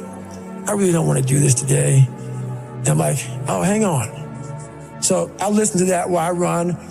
I sometimes play it in the house. It's half comical, it's half inspiring. I'm actually inspired by it. Because I know I'm going to get hit in the mouth. There's an art to getting hit in the mouth. And that is why these things are important. You have to wake up and you have to give yourself belief. You have to give yourself confidence. So it starts with that run. Belief is like, there's an after school special belief where the mom says, believe in yourself. And that's all great. But there's also a built belief. How I build belief is through the daunting tasks I put myself through. So that's proof positive that I can. You don't become confident by shouting affirmations in the mirror, but by having a stack of undeniable proof that you are who you say you are.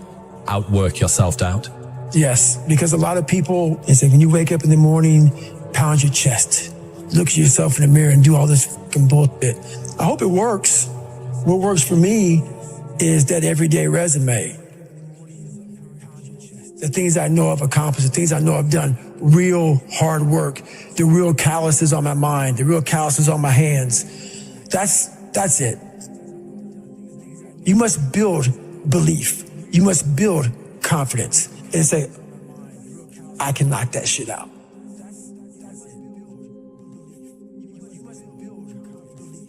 Instead of the path of least resistance, I started choosing the path of most resistance to prepare myself for the journey that was coming my way. And you realize through hard work, you can outwork anybody. No matter how badass they are. It starts with yourself, man. You gotta start diving into those things that you are afraid of. You don't gain confidence by going to the spot that makes you feel good. It's gonna be a false reality. And the second life gives you that challenge, all you wanna do is go back to what gave you confidence, is that happy spot. No, what gave me confidence was spending years at a kitchen table trying to learn how to read and write on my own, realizing I can't learn the way you learn. I can't, but I can learn. What gives you confidence is not being afraid. It's overcoming the fear. That's what gives me confidence, is facing these things, overcoming them. And maybe not overcoming them every day, but facing them and facing them and facing them. Pretty soon like this, you know what, man, this is where it's at. It's not in that comfort zone. It's in the discomfort zone is where my confidence is getting built. That's where it's getting built. Happiness, peace, enlightenment, it's all up here, man. It's all up here. It's all up here. You just gotta be willing to go and face it. And that's the hard part. The physical standard is not what they need to meet. It's a mental standard you must meet in life. That's how I live my life. I now know that there is no cap on the human mind. There's no cap. We cap it ourselves. When most people quit, I had just started. Wow. And when you take that mindset and you're going to flip that around, that's what made me powerful. And my body followed. And so I said, I want to do this. I'm going to give myself a challenge every single day until the fear goes away. That's right. And I feel like that's what more of us should be doing. I'm hearing that that's how you live your life. That's all it is, man. And it helps me feel so much more confident. When you overcome that fear of saying this doesn't have control over me anymore, that's right. It's like you can be at so much more peace. A lot of us speak in hollow words. I used to speak in hollow words. I don't do it anymore. Everything that comes out of my mouth has substance. It's real. We all have these feelings in our bodies, in our minds, in our souls. I act on mine. A lot of us who are afraid of something, we allow our minds to choose the path of least resistance, so we go a different route. When I'm afraid of something, it's telling me you must do that. Life is one big mind game. And you're playing it with yourself. You cannot lose perspective of where you've come in life.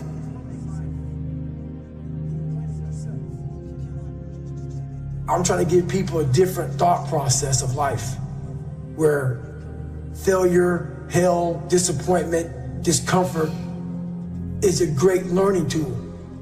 And many people don't understand that, but it's these few moments in life that you have. Like for me, I always talk about it. Rocky 1, round 14. That 1 2-minute and 13-second clip of Rocky getting up when Apollo knocked him down. That one clip, when I was going through a very bad time in my life, I saw what I wanted to be. And it wasn't a guy that won. It wasn't a guy that won everything he did. It was a guy that kept getting up after being knocked down. So I realized if that 2 minutes and 13 seconds changed my life, that's all it was. I saw something that I needed to be in the world I was living in. Maybe my story will give someone the 2 minutes and 13 seconds they need to change their life.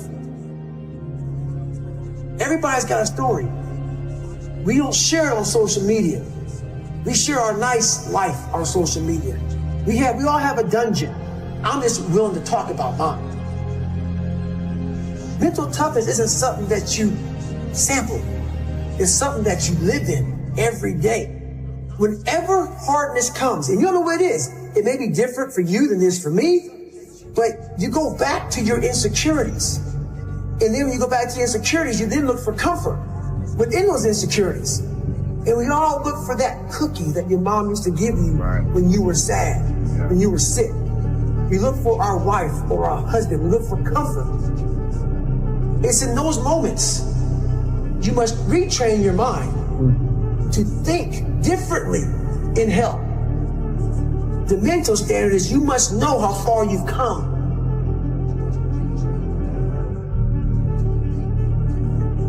I walk in a room now and I know the hours and years and decades I put into David Goggins. That's something, it's not on the wall. It's not a trophy on the wall. It's not a medal on your neck. I don't care how you perceive David Goggins, because through my journey, I figured out the one piece I was missing. I thought it was cars. I thought it was women. I thought it was money. I thought it was everything. The one piece I was missing was me having the courage to face myself. Where I got my work ethic from was the hours I had to spend learning this. When you sit down and you're not smart, and you have a disability, and you still want to be at the top of your class, I didn't want to just get by. When I realized that I can learn through hard work, and I can beat the valedictorian in school, but I got put in 10 hours more a day than he does. You know what kind of strength comes from that? When you're sitting down, that guy that valedictorian studied for an hour, and you know I caught you. I have the work ethic to catch you. That's where David Goggins got really invented. Was at a kitchen table with 20 spiral notebooks that were empty, and then they were full. And when you can go through that, I still have them in my storage unit. You go through these spiral notebooks of your life, and you realize this is how I learned. This is unbelievable. It wasn't until I got real sick and my life got real quiet. I went from running 205 miles in 39 hours to I couldn't get out of bed. My life was taken from me. And that's when I realized I hadn't taken time to think about what I'd done in my life. I'd done all these things, but there was no finish line. I finished a race of life, and I wouldn't even receive my medal. I go on. I get in the car and I go. When I started figuring out life, that I was leaving so much in the tank. Once I realized, my God, man, I was this dumb, fat kid being bullied, and now I'm a 180-pound person, lost 106 pounds in less than 3 months. Learn to read, learn to do this, learn to do that. I was like, I need more. I was fueling my mind with everything. And I never took time to say, my God, you came from this hell, and you're here. I had come 8,000 miles from where I started. But if you never know that, you're still in a $7 a month place. So it's that quiet place. It's that place by yourself. It's those hours and years and decades by yourself in the grip of life. When life has you by the throat and choking you out, and you're sitting there calm because you're trying to figure it out. You're not panicking. You're not quitting. You're not throwing in the towel. You're saying there's a way around this. And when you figure it out, when life has you gripped in a vice, and you can figure that out, that's when you overcome. That's when you overcome. The journey getting there was harder than going through it. You know? So that's the whole thing about life, man. It's that journey that makes you who you are. One big thing is the accountability mirror. You have to start with yourself. So what happened in my life was we start to get, I call it like the rucksack. A rucksack is a pack that you carry in the military, and you put all your stuff in it. Your radios, your food, your water, all that stuff you have to carry in the military. That's your rucksack. It's a backpack pretty much. As you're growing up, we all have a backpack. Most of ours, hopefully, is empty, you know, and what we put in it is all the crap we go through in life. That's what is in the backpack for the civilians, and we carry it around with us. So what you have to start doing is realizing that no matter where you're at in life, I got called nigger a lot. My dad abused me. Learning disabilities, stutters, immaturity, insecurities, self-doubt, so much crap on top of me. So much stuff. I lied a lot to create friends. So much stuff was in my backpack. No one's coming back to help me. So it starts with that person in that mirror. You have to realize you are on your own now. And whatever else you believe in, I don't care what you believe in, but on earth, it's a very lonely journey. And it starts with the accountability mirror of looking at saying, hey, my dad who beat the hell out of me is not coming back. All these things are coming back. I have to face myself. And you have to own all those things that people may have done to you. Now it's yours. You got to own it. And it's yours now to fix the problems that people did to you. It makes no sense. It's not fair. I get it. But if you live in that woe is me mentality of guess what? My dad did this to me. My mom did this to me. People who bullied did this to me. You're going to always live right there. You have to figure out ways to move forward because you're not coming back. And it starts with the mirror. I call it the accountability mirror in the book. If you walk into any kind of event, whether it be physical or mental, if you walk in with already putting that block on your mind of, man, this ain't gonna happen. People go, how did you run 135 miles to Death Valley? How did you run 100 miles with no training? Because I went into it not thinking, I can't do this, man. I went into it with a strategy. I had an open-mindedness. So until your mind is open to the possibilities that I can do this, you would never be able to do it. Once the mind starts to believe it can be achieved, only then does it start to break down tactically how we can do this. Until then, you're gonna always lose. There's energy all around us, but we think that we have to have it. It has to come externally a lot of times. We gotta have like a TV in front of us, watch somebody, listen to a podcast, listen to a great music. A lot of times in life it's quiet. And those are the times when you want to run and hide. You gotta be able to find energy. You gotta make up games, make up tricks, make up whatever you can to get to the next evolution of life. So taking souls is just another way. It's not about hurting the person you're against. It's about finding a tactical advantage in every situation you physically can to get to the next. You're trying to inch further to the goal line. And you don't want to go. And what is that goal line? The goal line is whatever it is for you. For me, I want to get through Hell Week. I want to get through Hell Week with my head up high, being strong. I don't know what the goal line is for everybody. My goal line has been very different for most people. But you're trying to find energy and strength to stay in the fight, to continue on until you get that second wind. The second wind is coming, whatever the second wind may be for you. It's coming. But what happens is we get so stressed out that the end is so far away that we just can't find another foothold or another handhold, so we jump off the cliff and we just fall. Well, life took me somewhere unexpected. I'm unprepared. It's about 6 degrees out here, and I'm underdressed. But guess what? No one gives a f***. You gotta get the in. Sometimes life can really hijack your mind. When that happens to you, you're all f***ed up. Your goals, your ambitions, everything is out the window. In life, we all go through different things. Sometimes your girlfriend or boyfriend breaks up with you. Guess what? Get the f*** over it. They no longer want you. Maybe you failed a test in school. You worked your ass off. Guess what? You failed the test. Get over it. Move past it. Learn to not let life hijack your brain. At work, you've been working your ass off for that new promotion. You don't get it. Someone else does. Maybe they kiss better ass than you do. Guess what? Get over it. Life will hijack your mind if you let it. Don't allow all these things to make you a lesser person. You must own your mind. Don't let life own yours. Once you transform yourself, and even though I'm not running from myself, I'm constantly facing myself. I'm constantly battling myself. I'm not running from them anymore. I used to, but now I'm constantly battling them. So now what happens is, once you get to a point in your life where you're able to be on a podcast or be on a TV show and tell everybody how f***ed up you are, I will answer any question you want about me. Anything I did, anything bad, good, ugly, I will tell you. When you get to that point in your life, that's where your real journey begins. And you no longer have to have a small victory to keep you going. You now realize what your purpose in life is. And you realize all this is just part of it. But at first you need all these different tactics to keep you going because you haven't figured it out yet. Once you figure out that you're in a race amongst billions of people that live in this world, you're in a race by yourself. You have a purpose, and it's your purpose, not everybody else's purpose. It is your purpose and only your purpose, and it's your race.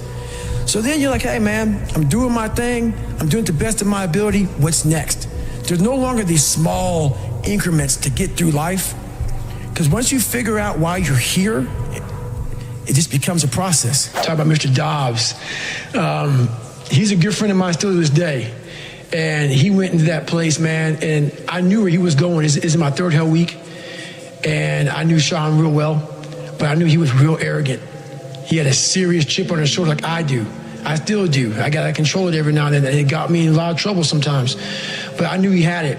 I knew that chip on your shoulder not being controlled, it will get you f***ed up. And it cost him a lot going through buds. And I saw the look. Because I once had the look when I was going through pararescue school. When something got so hard and your mind can't process the hardness, you don't know the right tools to get through something hard because you've never been challenged before. I could tell he was a superhuman, that nothing ever challenged him. But I knew, because I already been through Hell Week a couple times, I knew, don't underestimate that shit. It will find a demon and it will bring out some insecurities in you, and it did. And it was like maybe 30 hours in the Hell Week or something like that. I'm looking over at him, and I smiled at him. We're standing just like this in line, and he's getting his med check. A doctor's looking at him. It happened just to be beautiful timing. And I'm sitting there, I'm getting med checked, and I'm looking at him, and his eye says he's 1,000 yards still looking right through me. And he's getting med checked, and I'm looking at him. And before all this happened, I told him, I said, don't underestimate this man. He goes, I can't ever see myself quitting Goggins. I go, watch out. I go, this will get in your head. I go, the end is a long way away. So we're sitting there eye to eye, and he didn't see me, and I'm right in front of him. And I can tell he's thinking he has that quitting mind starting up. And I look at him, I go, I told you. I told you. And next thing I knew, man, our car pulls up, and he rolled out. Rings the bell. He rings the bell and he quits. But it was he's a great human being. Hard. It doesn't make you, when you quit something like that, man, it's a huge lesson learned that I can't go into anything thinking that there's nothing that's not going to get in my way.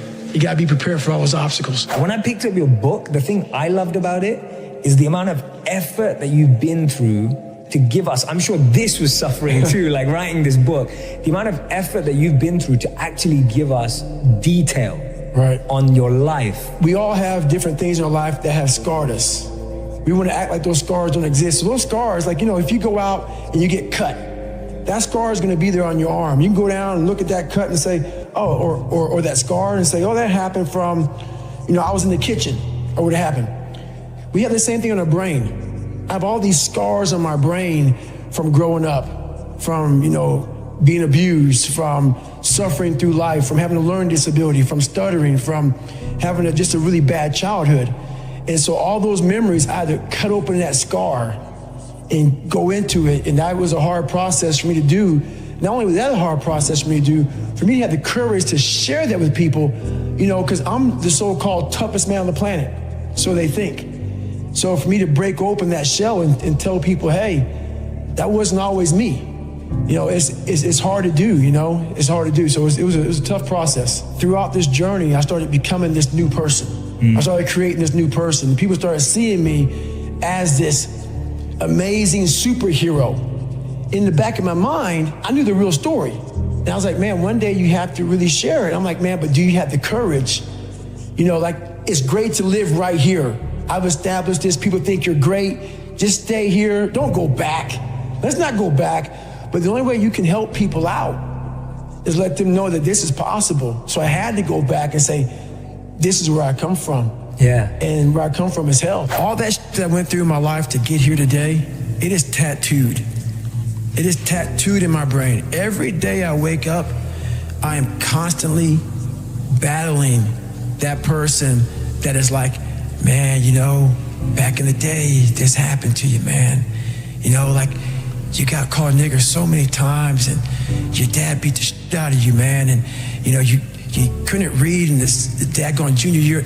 All these things start to creep up, even now where you're at today. Every day you're having to constantly battle. It's not as bad as it used to be by any means, right. But that person's still there. That person always lives. And that's the point about you have to continue to always challenge yourself every day. The one thing I'm most scared of in the world is losing touch with the best thing in the world is your mind. Your mindset, how you can picture yourself, how you can focus, how you can drive, how you can put yourself in so many situations, get out of it. Because those headphones we listen to, those phones that we Google to find information, there's so many situations in my life where that shit is not gonna help me. It's not gonna help me. And you're able to just turn that off. So fast, because I know what's helped me. None of that stuff's ever helped me. Mm-hmm. None of that stuff's ever helped me. What has helped me has been me alone, getting my shit together and being accountable for who I'm not and who I want to be.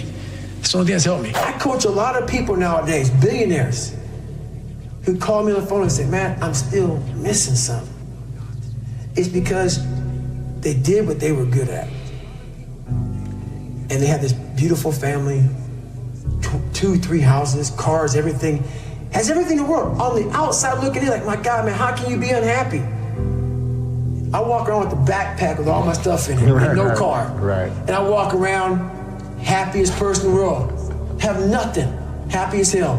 It's because I found out the whole key to life. It's not in all that. You have to face yourself. So many people live to be 100 years old and they die miserable, having everything, because they never examined. I call it my live autopsy. You never examine this. Happiness, peace, enlightenment, it's all up here, man. It's all up here. If I start talking like this, people go, man, no. It's the truth, man. Yeah, it is true. It's all up here. You just got to be willing to go and face it. And that's the hard part. I wanted to become a Navy SEAL. I wanted people to push me outside of my comfort zone every day. And I thought this was going to be the absolute best platform to do that. These guys, the stories I heard, after Buds, it just gets harder. And I didn't see it that way. Because Buds is just to become the SEAL. That's right. I'm like, my God, I can't imagine what the fuck's gonna happen. But what happens to a lot of people, not everybody, can't speak for everybody, I don't know everybody. Buds breaks people down to the point where you don't want to be broken down again like that. To me, that was exactly the exact starting point for my journey in life. That was the starting point for me. For a lot of people, it's the finish line. And I didn't see it that way for me. So that's where I started becoming uncommon amongst uncommon people, is where I started realizing that you put people on a pedestal that you shouldn't. That you got to get in there yourself and examine people. See what's really about yourself. So once I got in there and realized, hey, these are just normal people. Yeah, they're a lot better than some. They're able to get through. I know a lot of people who can get through Navy SEAL training. But, there's a lot of mystique behind all that stuff. And as you start to go through and you start to break it open a little bit, a lot of hard guys, but, I wanted more.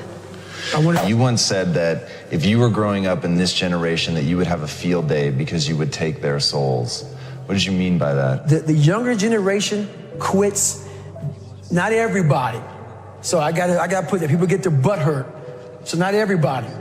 Most of this generation quits the second they get talked to. You did this wrong, or they get yelled at. It's so easy to be great nowadays because most people are weak. This is a softened generation. So if you have any mental toughness, any ability, if you have any fraction of self-discipline, the ability to not want to do it but still do it. People have a hard thing to understand. I hate to run. And what makes me so crazy, it doesn't anymore, is people go, well, why do you run if you hate it? What are you talking about? I don't want to take showers and eat either. I hate that too. That's life, man. It wasn't until I changed that mentality that I became somebody. I hated going to school, so guess what? I was dumb as shit. That's what 1 + 1 is 2. But if you can get through to doing things that you hate to do, On the other side is greatness. That's what people don't understand. By me running, I am callous in my mind. I'm not training for a race. I'm training for life. I'm training for the time when I get that 2 o'clock in the morning call that my mom is dead or something happens tragic in life. I don't fall apart. I'm training my mind and my body and my spirit so it's all one, so I can handle what life is gonna throw at me. Because the life I've lived, it throws a whole bunch at you. And if you're not physically and mentally prepared for that, you're just gonna crumble and you're good for nobody. Talk to me about what it takes to be on one side of a door in Iraq or anywhere, knowing on the other side of the door are people who are not afraid of you. They're ready for you to come in and you still have, and they have guns, and you still have to breach that door. That's a great question. That's a very scary situation when you are on one side of the door and your mind is racing, because on the other side of that door, it could be no one. It could be 4 guys with 4 AK-47s. That door you're about to open could be booby-trapped. So once you open it, boom, your legs are gone. So there's 1,000 things you think about when you're the first guy, second guy, third guy, getting ready to go in a room and flood it. And that's why I talk about the warrior mentality. And that's why so many people are lost when I start talking. You have the right. You're lucky that you don't have to think like warriors think. You're very privileged. I chose this world to be a warrior, and I would choose it again if I came back to this world. But the mentality of a warrior is very different than normal mentality. You must be that person on that door, get ready to open it, thinking to yourself, if I die, so be it. The only way you can go in that door is knowing there's a great chance you're gonna die. Like being a SEAL, you train with live ammo. You jump out of an airplane, everything you do, you could die. So to be a warrior, why people don't understand me, I'm glad you don't understand me. Merry Christmas, good on you. Because being a warrior takes a whole different mindset. A whole different mindset to know that there's a great chance I may not be in the military. Like I was in for 21 years. I'm lucky. I'm very lucky that I'm alive, able to talk to you, able to still run. But when you sign up on that dotted line to be like a SEAL, your mentality changes. I may not live. You gotta accept that. And that's the mentality you have. And that's what makes you a warrior. If you're scared to die, you're a bad warrior. I hated jumping out of airplanes. I hated shooting guns. I hated the job as a Navy SEAL. But I did it because I wanted to change myself. Everything I do, I'm not really comfortable doing. But if you choose to go that route, to go be a Navy SEAL, you might as well go be the hardest in the world. Because if you're choosing to do something, you have 2 routes. You can go there and be a little weak person and get through barely, and that's your reputation. Or you can go through the hardest guy you can possibly be, and that's your reputation. So my whole thing is, if you're gonna choose to open that door in Iraq or Afghanistan, open them and go in hard. Because they're gonna remember you by slowly opening it and peeking in. So if you're gonna open it, and you made the mind to open it, don't crack it open. Open the door, go in. That's with life. If you're choosing to do something, attack it. Because they're gonna remember you as not attacking it. So I want to be remembered. You can hate me, but there's one thing you can't say about me. I didn't attack it. So that's the mentality you have. If you're gonna do something, you might as well attack it, because you can do it anyway. Right. Do you use that in civilian life? Like, do you still employ the, I'm gonna attack it, I'm gonna take their souls? Like, how does that play out in a non-combat zone? It still works for me in life as far as attacking things, because no matter what I want to, no matter what avenue I choose, I want to be the very best. And the very best may not be I'm number one. The very best is, did I leave everything inside of me out there? So attacking is not like, oh, I want to win this or win that or be the best. The best is I'm running against myself in everything I do. And that's what I attack. I attack myself. I'm always questioning myself. I'm always holding myself accountable. There's like this allure that you have where it's with anything, any type of keynote from David Goggins, any type of video from David, podcast. What do you think it is? What do you think it is that attracts people to your content? I think it's my take it or leave it kind of mentality, where I don't really think about your feelings. I don't really care about what you think or what you think about me, or if you're soft, if you're weak, if you're hard, if you're an alpha, if whatever the hell you are.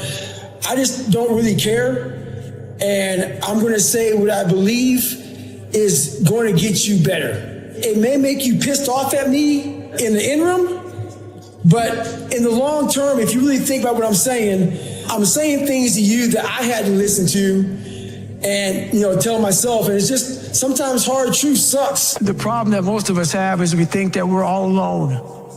We think that we're the only ones going through all this stuff. I thought it. Most of us think that if you're fat, which I was fat for a while, you think you're the only fat person in the world. Your vision becomes very narrowed. And what happened to me was, all I did was I peeled back. And I was able to get on top of a mountaintop in my head. And when you're high on that mountain, you have a great vantage point. And I was able to look down at the world. And all of us are jacked up.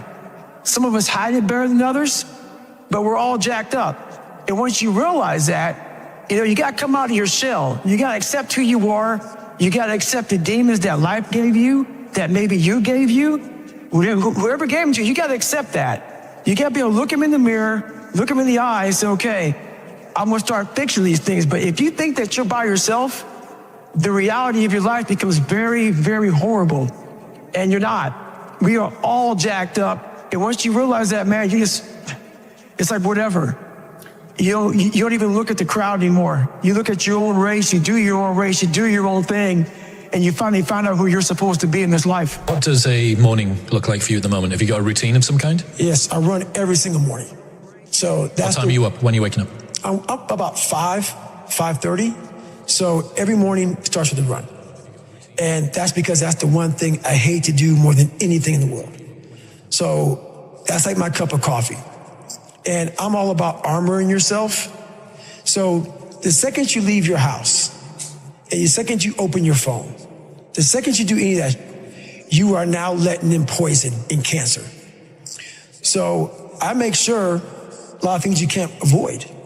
So as I get up, I start to armor plate my mind and body. Like a person's going to war, you put your body armor on. That's what I'm doing on that run. I'm waking up and I'm giving myself all this armor. So when I come out in the world, now look at that phone, I'm ready. I'm not waking up late. I'm not rushing around. I'm not disorganized because I know I'm gonna get hit in the mouth. There's an art to getting hit in the mouth. And that is why these things are important. You have to wake up and you have to give yourself belief. You have to give yourself confidence. It starts with that run. You state that when you're living in hell, the only way to find your way out is to confront the devil himself. Who was that devil for you? It took several years for me to figure out who the devil was. And the devil was my father. The devil was my father, but what I didn't put and never finished was the devil really was me. So what happened was I put all this blame, and trust me, my father and a lot of people had to do with my upbringing on how it was. But like I put in that book, no one's going to come back and say, hey, man, I apologize. Maybe someone does. Very few people will. So at the end of the day, when all things are said and done with, while my dad was the devil, and I believed that for a long time, I had to confront him. And when I confronted the devil, so what I thought was the devil, I realized that I was the true devil. I was the one holding me back. I was the one looking for the scapegoat. And I was the one looking for all these ways to say, it's okay, David. You're a loser. You're a born loser, so it's okay. And I was hoping my dad was going to give me that confirmation. And he was a loser himself. But at the end of the day, when I left there, I realized, well, man, it's all me. My dad's f***ed up. My mom's f***ed up. The people around me are f***ed up. They're not going to save you. You got to save yourself, my friend. So that's when all that reality hit me when I went to Buffalo to see my dad on that drive home. I was like, man, this rest of your life is going to suck. It is going to suck, not because you're going to be a loser, but because you're going to finally start to win. And winning is not easy, my friend. The 1 second decision is, I had to live through that 1 second decision several times during this race. So this race took me 100 and some hours, okay? And this is what people don't get. For you to finish that race, even though I DNF'd, I still finished in the time. So there's a lot of pride in that. So what I do in that 1 second, because we all think about quitting, it's hard. But what you have to do in that 1 second is hard to process information during pain. Because that pain takes over and you can't think rationally. You're thinking about fight or flight, save yourself. That's not a rational thought. It's not a thought that's going to get you through hard times. Most people fail that 1 second. So what happens, what I do in that 1 second, and there's a bigger process to all this, but in that 1 second, I physically stayed in that water. Because if I get out of the water, I quit. So I physically stay in the water, but mentally, I'm on the beach with the instructors. And the instructors, it's cold outside, so they got these parkas on, they got their cup of Joe, and they're warm because they've already been through it. So now it's your turn to go through it. So mentally, I get back with them. I'm still in the water physically, but mentally, I'm back with them. I'm chilling. I got my parka on, and now I'm thinking logically because I'm warm now. Mentally, I'm warm. I've taken that 1 second. Let's not quit yet, Goggins. Let's think about your options. Where are you going to end up if you quit this? Where are you going to go? What are you going to say to yourself? Because you know you're going to get warm. The second you get out of this water, you could take a shower, and you could be warm. And you could be, and in 5 days, you could be out. So I start thinking logically. I calm my brain down because your brain just wants to get out. Ring the bell, push your helmet down, get warm, and then you're really. And these are the things you have to think about in the 1 second decision. So that's what that's all about. It's about gaining control of your mind, putting things back in the proper perspective, and then saying, I really do want to be here. And I'm going to have a bunch of these 1 seconds through this 130-hour journey. And I have to learn to control these, because if I fail one of these 1 seconds, I will not be a SEAL. I will not be a doctor. I will not be a lawyer. I will not be whatever the it is. So that's how important that 1 second decision is. It's all about your mind takes control of you. You have to say, you, I run this. And that's what that's all about. You talk about the importance of having the right people in the foxhole with you. How do you know who the right people are? You know what? That was something that took me a lot of years to figure out. You know you're the right people in your foxhole when you're waking up at 3 o'clock in the morning, you're going to bed at midnight, and you're waking up at 3 and no one says, is this smart to do? You need some time off. You need to take a break. When I started hearing that, well, I know what I'm doing to myself. I was behind the power curve, man. When everybody starts off in first grade, I had them negative grades. I started off in the dungeon, man. I had to dig out of the damn grave to get to first grade. So now when you're 20 years old, where everybody graduated high school and all this other shit, man, I gotta make time up. So while people think 24 hours is 1 day, for me it's 3, 4, 5 days. I gotta make up time. I'm behind. I gotta go to summer school in my mind. When who's with me realizes this gotta go to summer school in his mind, he's gotta make up time. He needs 22 hours of the 24. And they just get it. He's trying to go somewhere. You are the right person for my foxhole. I don't want to hear no shit about resting. I can't rest right now. I don't hear no shit about what I'm doing to myself.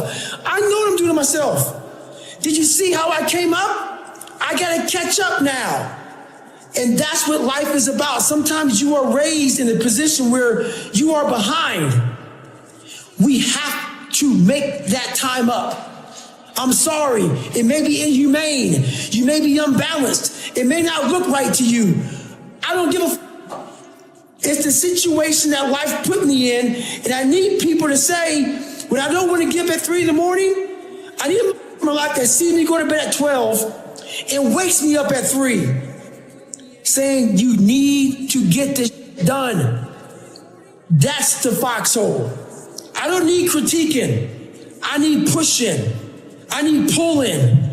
I need anger. I need passion. I need drive. I need them, man, those bad days. I don't need somebody in my ear saying, man, because then that's all a person needs is that. Support can go a lot of ways, man. It can go a lot of ways. I was 300 pounds twice in my life. So every day I have my shoes laid out because I hate running. People don't believe it.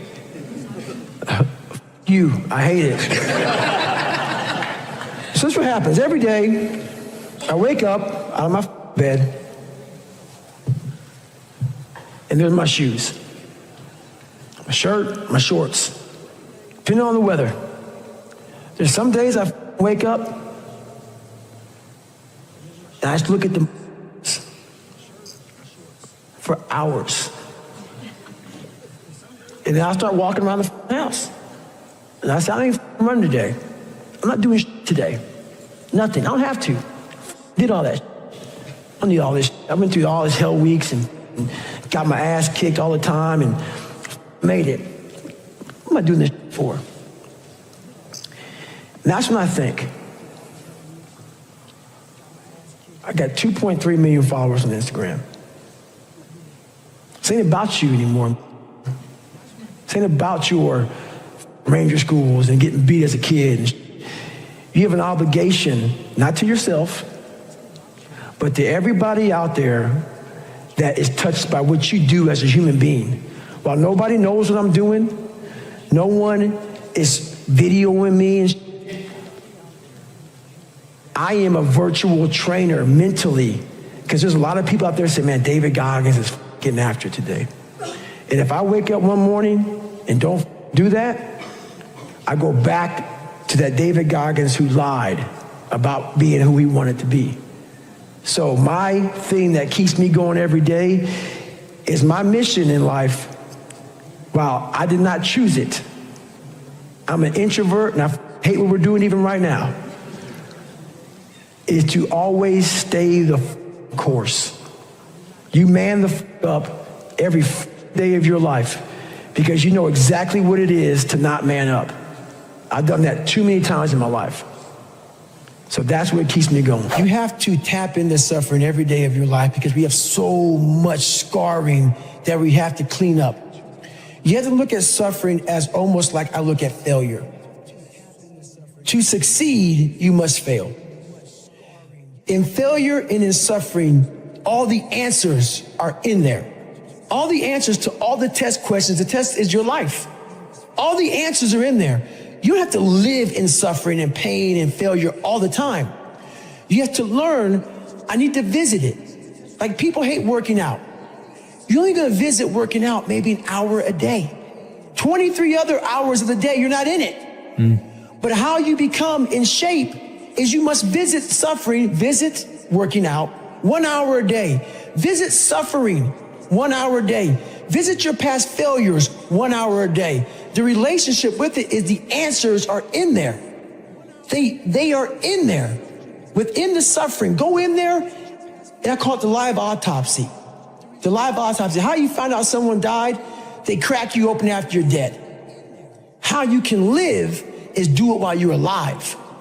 Go back in your brain, crack it open while you're alive. Don't wait until you're dead to figure out why you died. Do it while you are living. Go in there, go into the suffering, go into the pain of your life and say, why did this suck for me so bad? Why am I afraid of all this stuff? Why have I shut down the whole world? I guarantee I'll tell you why you shut down the whole world. It's in these nooks of the suffering within your brain, in the scarring, are all the answers to why you are on the couch feeling sorry for yourself. They lie within the scars. Visit them for at least an hour a day, study them, and then you'll find out more about yourself. You will then grow. So don't look at it as every day I suffer.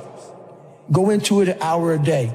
Learn from yourself, learn from life, learn from your failures, learn from your insecurities, learn from your self-doubt. Don't just say, I'm afraid to jump off an airplane. What makes you afraid of it? study it. That's why I studied my mind. Why I became so powerful in the mind is because I realized I was weak. So instead of running away from the mind, I dove into it and said, what is making me weak? What's your daily meditation or mantra or repetition to yourself? Every day I tell myself, I used to believe I was the weakest man that God ever created. So now I believe that I'm the hardest human being that God ever made. I don't care if it's true or not.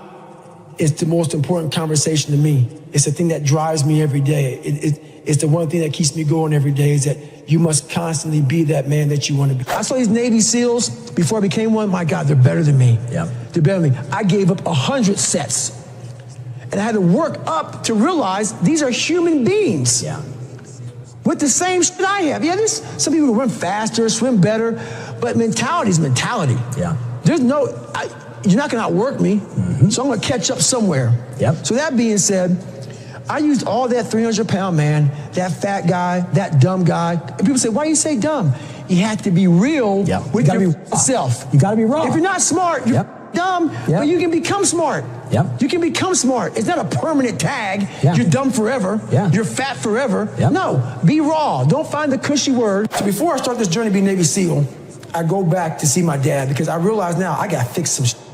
I'm blaming everything. I gotta go back. You know how a lot of times you're like, if you're a runner, your right knee may hurt, but it's not your right knee that hurts, it's really your left hip. Yes. But we're concentrating on the right knee. I'm concentrating on all my shit. But I need to go back to the root of the problem, which is my dad. I gotta face the demon. I gotta go back and see what made him so f***ed up to make me so f***ed up. Why am I f***ed up? So I go back and I go back in as an older man now. I'm in my 20s. I'm not a kid anymore. And I want to see this man and face him as a grown man, but still as a kid in my head. I was still a kid, but I was a grown man as my age. I went back and I realized he was the same man that he was. Still the same. Still the same. And I talked to him. He was still nuts.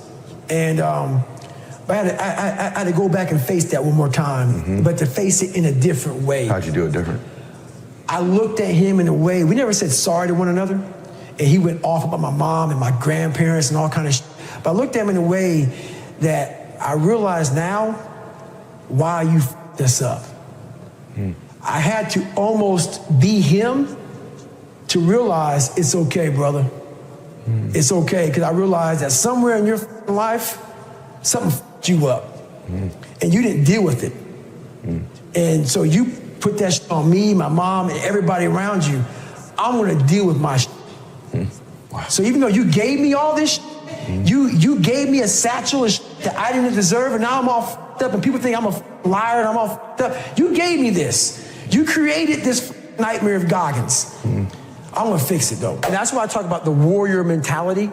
And that's why so many people are lost when I start talking.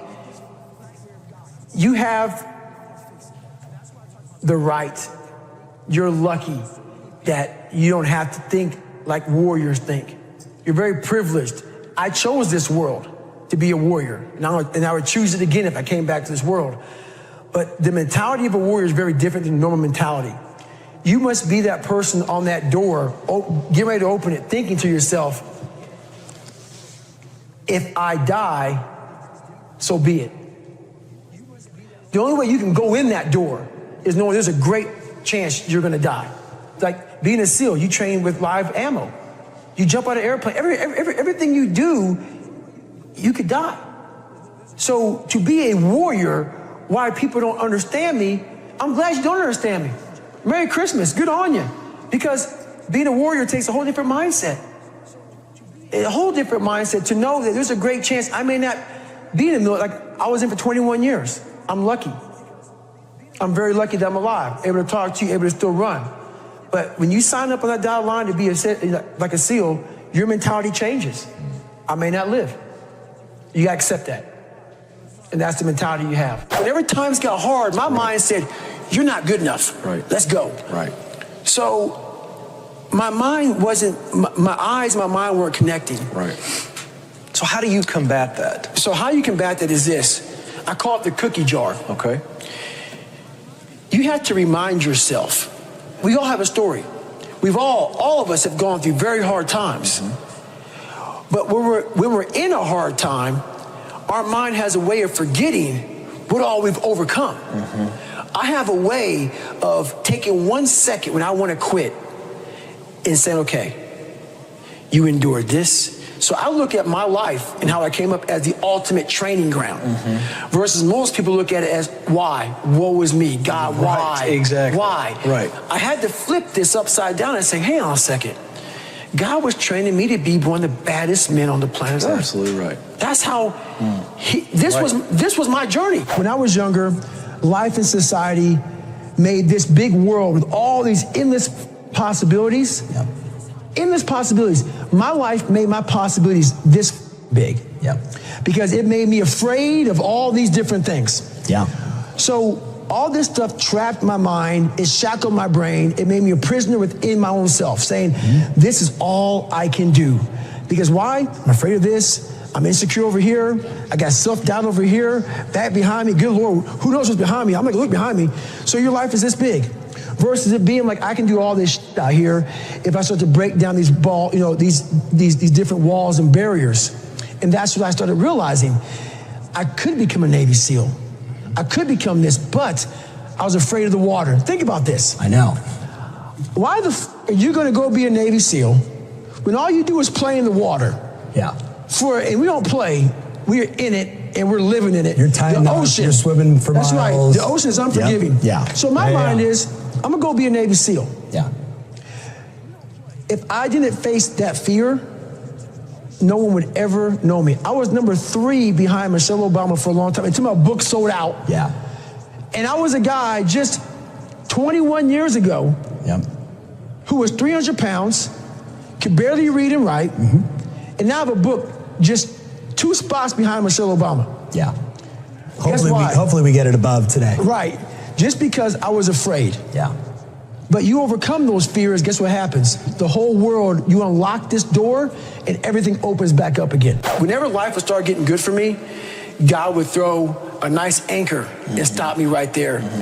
So I'm going through pararescue training and there's this evolution called water confidence. And water confidence is pretty much what gets people kicked out of special forces, special operations is the water. And they try to drown you, pretty much. This was not in the warning order, so I didn't know anything about water confidence. Long story short, what it is they put 16-pound weight belts on you, whatever they can do to make you uncomfortable in the water. So for 6 weeks of a 10-week program, I became very uncomfortable. We got down to about 25, 30 guys left. I was one of them. And getting near graduation of this program, I'm thinking, my God, I'm about to get through this. Barely, though. Water confidence is killing me. Right. They took me to medical. They drew my blood and realized I have sickle cell. Yeah. So sickle cell is a blood disease that some African Americans have, which is not good. No. So they took me out training for a week. And when you go from being uncomfortable, that's your lifestyle, you get used to being uncomfortable. Right. When you go back to being comfortable, your mind says, I don't want to go back to being uncomfortable again. That's right. So I was like, I don't want to go back to the water. So my whole mindset was, I want to get out of this training. So I was hoping that they were going to medically disqualify me from pararescue program. That didn't happen. A week later, the doc called me in the office and said, hey, guess what, man? We're going to put you back into training. I was like, okay, well, I missed a week. I got about 2.5 weeks left. I can do this. I went back to the CEO, the commanding officer. He said, hey, guess what? We're going to start you back from day 1. And when he said that to me, my mind went back to the old David Goggins. So I thought I had changed. Yeah. Learn how to swim, learn how to read and write. All I was doing was attacking the surface. I wasn't getting down into the dungeon of what was really bothering me. So whenever tough times would happen, any tough time that would, really tough time that would happen, I would go back to the sewer of my mind. So this happened, I went back to lying. I said, hey, you know what, CEO? This guy, the doc didn't know about sickle cell. He didn't give me a good reason why. He's talking about sudden death, heart attack, stroke. I'm not comfortable. So he gave me a medical from pararescue. So he allowed me to leave. But I really quit. I didn't want to go back in the water again. Right. And that's when I went from weighing 175 pounds to 297 in about 3.5 years. Wow. So I did a job called TAC-P, controlling fast movers behind enemy lines. But that job wasn't a job that I wanted. and the spiral of depression, of trying to find things that I was comfortable doing. And whenever you find things that you're comfortable doing, you're going away from the journey of life. And I was going so far away from my journey that my weight showed my whole mindset. So I get a lot of emails about how do I stay motivated, hungry, driven. Well, let me tell you something. Most days in life when I wake up, I'm not motivated, hungry, or driven. I have a commitment to myself, the best version of myself. What most of us are looking for is a special feeling of, oh, I feel great this morning. I'm gonna get out of bed and get a quick 5 miles in or go to the gym. If you're looking for that feeling, let me tell you one thing, it ain't gonna come. You have to learn to do when you don't want to do. Learn to bring that savage mentality out of yourself. The animalistic mother. You think a savage gives a fuck about how he feels or how she feels? They just do it. Learn to be your best self when you're least motivated. Stop looking for a feeling to control what goes on in your life. You have an obstacle to overcome, so overcome them regardless of what's going on. Let me ask you something. What does it mean to you to be referred to as the toughest guy in the world and to be called the gold standard and extraordinary and superhuman and all of these different descriptions of you that make it sound like you're a one-off, that it's almost unattainable, what you've done with your life? What does that mean to you in terms of your message?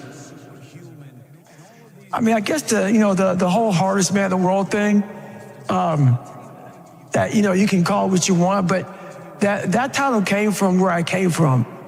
And, it's like, I had limited horizons. So if you were to have 1 million people in a room and you had all of their resumes, like from the age of 1 to the age of 20, you would never pick me being where I am now. And that's where the hardest man in the world came from, was, how many people can come from where this man started to where he is now? So it wasn't really so much about, all the physical feats, going to, still training 3 times and Ranger School and all these things I've done that helped give me that title. But the biggest reason I got that title was because when I realized, I was a fallback plan, I just refused to give up. And the thing about that, Chris, is I figured this out. Most of us are only 1 to 10% away from greatness. But we think we're so far away from it that we never try. And once I started going down this journey, I started realizing that, and those percents started to add up. And before I knew it, my mind started hardening, and I started passing so many different people that I thought were so far above me. And then before I knew it, man, I became a common amongst the uncommon. If you're fat, and you look in the mirror and you say, wow, I eat a little too much. No, you're fat. My exoskeleton is larger than yours. Right. No. That's the new one, right? Yeah, you cannot say that to yourself. No. But see, you have to make a list of the things that you don't like to do. This list should be very long. Like if you don't like making calls. Yeah. Yep. The very first thing you should do is start making a ton of calls. Yep. Because why? That begins to own you. Yes. You start to drive yourself this way versus this way. But you'll figure out, if you start making a whole bunch of calls, if you like calling, call a lot. Yeah. Guess what happens? You get over it. You get over it. So what we do a lot is, I heard a lot of people say, triple down on this, triple down on most of your strength. Yeah. No. That works for a lot of things. But when you're afraid, and you don't have the courage, you have to triple down on your weaknesses and make that become where you start to guide yourself. Okay, I don't like calling. Today I'm making 100 calls. Yeah. I'm gonna dial 100 times. We all have a voice in our head. Some of us are very spiritual, some of us are not, but we all have this voice saying, you're doing, this is wrong, don't do that. The more you don't listen to that voice, the further that voice gets away from your head. Some people call it the Holy Spirit, some people call it God, some monks, whatever you call it. It's there. We all have it. It's the right or wrong voice. But the more we don't listen to it, the more that voice goes away. And the only voice you hear is yourself. When the only voice you hear is yourself, you're wrong. There's a voice that guides you through life. When sometimes it's guiding you in a direction that you don't want to go, that's usually the right place to go.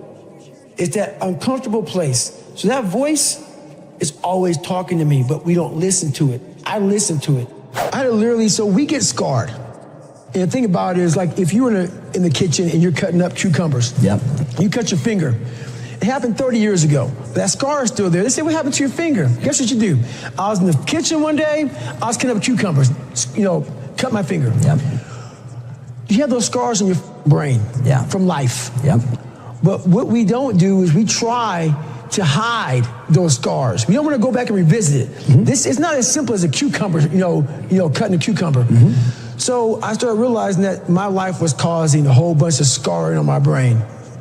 And I had to go back, while I wrote this book, I had to go back and really break open that scar and let it bleed. And that was a very painful journey for me to go back, because, right now, this is all surface. Learning disability, call me nigger, it's all surface. I get deep sad into that it. A lot of people have dealt with that stuff. Yeah, very sad. Yeah. But the way I talk about in the book, I'm getting your hand, and I'm taking you back there with me. As that kid in that classroom who opens up his Spanish notebook. I'm sitting in the back, because I had a 4th grade reading level. I'm in the back, I open my Spanish notebook. On the first page, they had a hangman drawing of me saying, nigger, we're gonna kill you. Very back, I'm a sophomore in high school, nothing but white people. I shut that thing up and I leave class. My dad really helped create this. I'm not giving him credit. Like, oh, he was a great dad, like clap my hands for his ass. He helped create this because he was just he was a devil. He was a guy that had to be very insecure, very beat down. Something had to happen to him when he was younger, because the way he treated me, my brother, my mom was just horrible. So he would beat us, my mom, my brother, me. And I'm not talking about like, oh, you got in trouble, so let me give you a whipping. When he was a drunk. So whenever he woke up, man, he woke up drinking, went to bed drinking. And that's just how it was. And when he get drunk, he just got violent. So my mom caught my dad cheating. We got home about 4 o'clock in the morning. So I'm about 7, 8 years old, and I hear some ruckus outside my room as I'm getting ready to bed down for the night. And my mom and dad are outside my room, because there's a staircase right there. And my dad is smacking the hell out of my mom and knocks her almost unconscious, where she's kind of out of it. She's kind of loopy. She falls down, he grabs her by her hair and drags her down the stairs by her hair. And so at this age, I'm sitting there thinking, man, what the fuck should I do, man? Like, I'm scared, but then something in me saying, you gotta go and do something. Oh my gosh. But I'm scared to death of this guy, because he's been beating the shit out of me since I can remember. And I mean, like, laying me out for nothing. And I'm sitting there thinking, man, okay, man, like, what am I gonna do? So my brother, he and I were very different. When my brother would see the fighting, he would go to this room and hide. I didn't do that. I always stuck around. So this time I stuck around and I decided to help her out. So I go on the stairs and I jump on his back, and literally he tells my mom, you're raising a gangster, as she's like on the floor. And he's almost smiling, almost like proud. But that smile went to a frown pretty quick, and he beat the living hell out of me. And he beat me literally from my neck down to my ankles, like black and blue. So the next morning, I was gonna go to school half the day. My mom woke up and she pulled the covers back. And what she saw was how bruised I was. And so when she pulled the covers back and saw how bruised I was, I'll never forget looking at her face. Because she used to write letters for me, for me and my brother to miss PE, because we were so bruised up from getting beaten. So, hey, he's sick or whatever. And so, she was lying a lot for my dad. So this particular day, she didn't write a letter. But when I laid in the bed and looked up at my mom, and she pulled the covers back, I'll never forget looking at her face. And her face is tattooed in my brain. And why I say that, this past year, I got the VFW award for Americanism Award. And if you Google David Goggins VFW Award, I'm in front of 5,000 veterans. And I'm getting this amazing award. John McCain got it. And I'm up here thinking, man, I'm up here getting this award. This is amazing. It's for giving back and also having a great military career. And I could give this 6-minute long speech. And I'm up there, man, I'm talking, and I'm thanking people who helped me out. And I get to my mom, she's sitting back, she's sitting right here on stage, but behind me. And I haven't cried in 30 years. I can't even picture it. Haven't cried in 30 years. I just don't do that. And I turn around and say, and I want to thank my mom for not picking me up when I was knocked down, but teaching me how to get up. Because she never picked me up ever. And because her circumstances sucked. Yeah. So anyway, I look back and I said that, and when I got done, I didn't even get a chance to say it. I looked at her eyes, and my head went right back to her face when she saw me bruised up. And that f***ed me up. And for 58 seconds, look at the video, and you'll see me, my head's down, and I'm sobbing.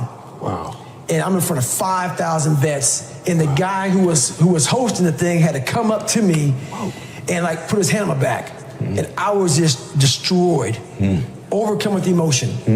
And then 58 seconds go by, and I get up and I deliver this speech.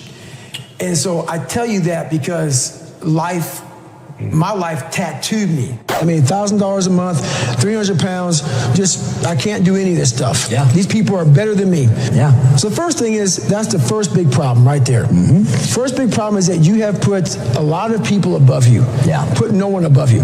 Yeah. No one. Whoever you, but if you believe in something. Say that again, because that's, but the man, the people that make more money, the people that are better looking, the ones that are on social media, and they're so good at this. I put God above me. Besides that, there's no one better than me. Got it. You have to become an equal. Yeah. So this is how I look at it. If you're playing, and I talked about it at your conference, if you're playing Roger Federer, okay?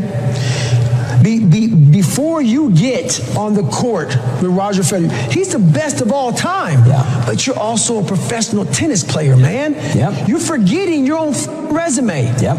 So once you get on the court, let's say it's a grand slam. It's 5 sets. Hopefully, if you can go the distance with this guy. Yep. But before you even bounce the ball to serve it, you're down 2 sets. Because while you look across and you're playing Roger Federer. Yeah. But guess what? You get a good shot on Roger Federer in the 3rd set. And you realize, I can play with this, but it's too late. Yeah. You gave up 2 sets before you got on the court. You got to stop giving up 2 sets before the game begins. And we do that already. We give up 2 sets before the game. There are a lot of people that are listening right now that either are dealing with this very issue that we're talking about. When we finally left Buffalo, after all the physical and mental beatings that my dad handed out, we left Buffalo and I went to to me, even worse environment. I went to a very small town in Brazil, Indiana, where there was about 5 black families. And in 1995, the KKK marched in our 4th of July parade. So that being said, it paints Brazil, Indiana, that's the town I'm talking about, in a very bad light. And there were a lot of good people in this small town. So I want to make that very clear. But what happens is when you come from a very broken foundation, your mind only sees hate and evil. There was one time I was in my sophomore year, walked in my Spanish class to get my notebook, opened my notebook up, and inside the notebook, someone drew a little character of me in a stick figure hanging from, like a noose, or like a hangman game. At this time in my life, I was a sophomore, and I had about a 4th grade reading level because I cheated all through school. Right.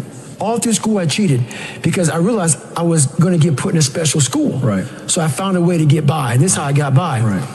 So what I'm getting at is all this between my stepfather getting murdered, or soon-to-be stepfather getting murdered, all these things compounded into the lowest of low self-esteem. So what started happening was I started lying. I became an amazing liar because I wanted people to like me. Yeah. When you come from a society like I did, I had 0 self-esteem, and I feared things. I had 0 self-confidence, and I was looking for anything I could that I could gravitate to, so it was lying. Yeah.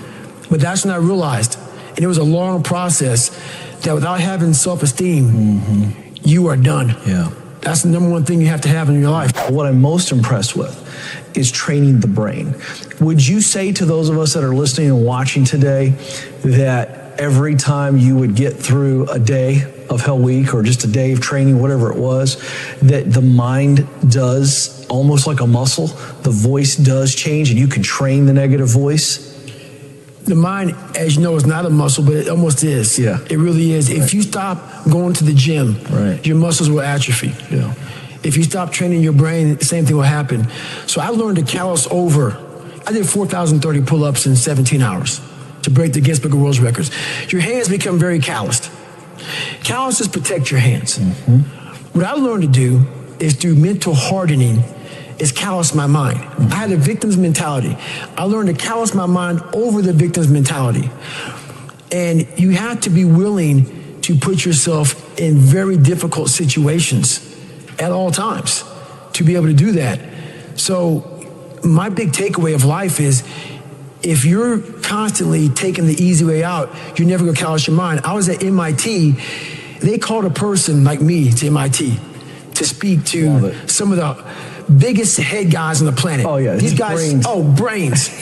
So I was on this panel, and I'll talk about it in my introduction of my book, and all these brainiacs were there, and they called me in. Like you say, I didn't go to college for this, but they're all theorists. I'm a practitioner. That's why I asked you. Absolutely. That's the difference. And so they're all sitting there, all these great, smart minds from MIT are asking these brilliant guys questions. I ain't say a word. I'm intimidated. Right. But I know that half of what they're saying is wrong. Because what these theorists did, even though they're very smart, what these theorists did was they took a poll on normal people. And this is what you get. Of course. This is what we cannot do. So theorists love telling you what we cannot do. This is what we can do. Right. So one person in the crowd asked me a question, why aren't you saying anything? I said, pretty much I disagree with almost everything up here on this panel because I'm living proof that everything that they're pretty much saying is not true. That's right, because you were an average person. I was a below, sure. Below average person. I was a chameleon living in life who could barely get by. So I know that they were taking the normal mindset of people. They weren't talking about the 1%ers. The people who want it like there's no tomorrow. And so that's what I started realizing was we have theorists and we have practitioners. So what's in my book is from going into the dungeon. And when you're in those points where you want to quit and not quitting and seeing how the mind starts to operate in those moments of fear, anxiety, self-doubt, insecurities. And that's where you learn to fix it. You don't fix it in 72-degree weather. Drinking a milkshake, watching TV. You fix it by going into the environment. To me, there was a big difference between being a star and being a champion. And champions do what it takes to win every single day, no matter what it is. There's no job that's too big or too small for a champion. I truly believe we are all equal as human beings. If we are obsessed with something and we truly pursue our passion with everything we have, regardless of anything else, if you are obsessed, work hard, put in the time, you will succeed. And that is a philosophy that I carry, my coaches carry, and this is hard work. This is an obsession. Nothing can beat hard work. The easiest thing in life is to give up. The hardest thing is to keep going. But we have to. We have to continue to hold on, continue to keep your head up, continuing to march on ahead towards your dream and never losing sight of that. I think that's definitely for sure the most difficult thing is keeping your goal and not being distracted, not giving up. To be successful at anything, the truth is you don't have to be special. You just have to be what most people aren't. Consistent, determined, and willing to work for it. No shortcuts. If you look at all my teammates here tonight, it would be impossible to find better examples of men who embody that work ethic, integrity, purpose, determination, and discipline that it takes to be a champion in life. At the end of every day, you look yourself in the mirror and you ask yourself, did I get better today? If the answer is yes, and you do that for 5 years, 10 years, 15 years, how much better are you going to be? Are you getting better every single day? That's the question. And it's just taking small steps. You don't try to get it all done in one day, in 1 week, in 1 year. It's the process of getting better every day and doing that for a period of years that then create the masterpiece. It's an amazing thing about passion. If you love something, if you have a strong passion for something, you would go to the extreme to try to understand or try to get it. Nothing's ever going to be given to you. Everything's going to be earned. If you don't go out there and put in the work, you don't go out and put in the effort, one, you're not going to get the results. But two, more importantly, you don't deserve it. You didn't earn it. You have to build a person that can withstand the pressures of whatever they're going to be dealing with in life. And we don't do that. I'm not trying to send a message of run 200 miles, be the baddest motherfucker in the world, but be tough. You better have a part about you that's tough, a part about you that can break down situations and get better.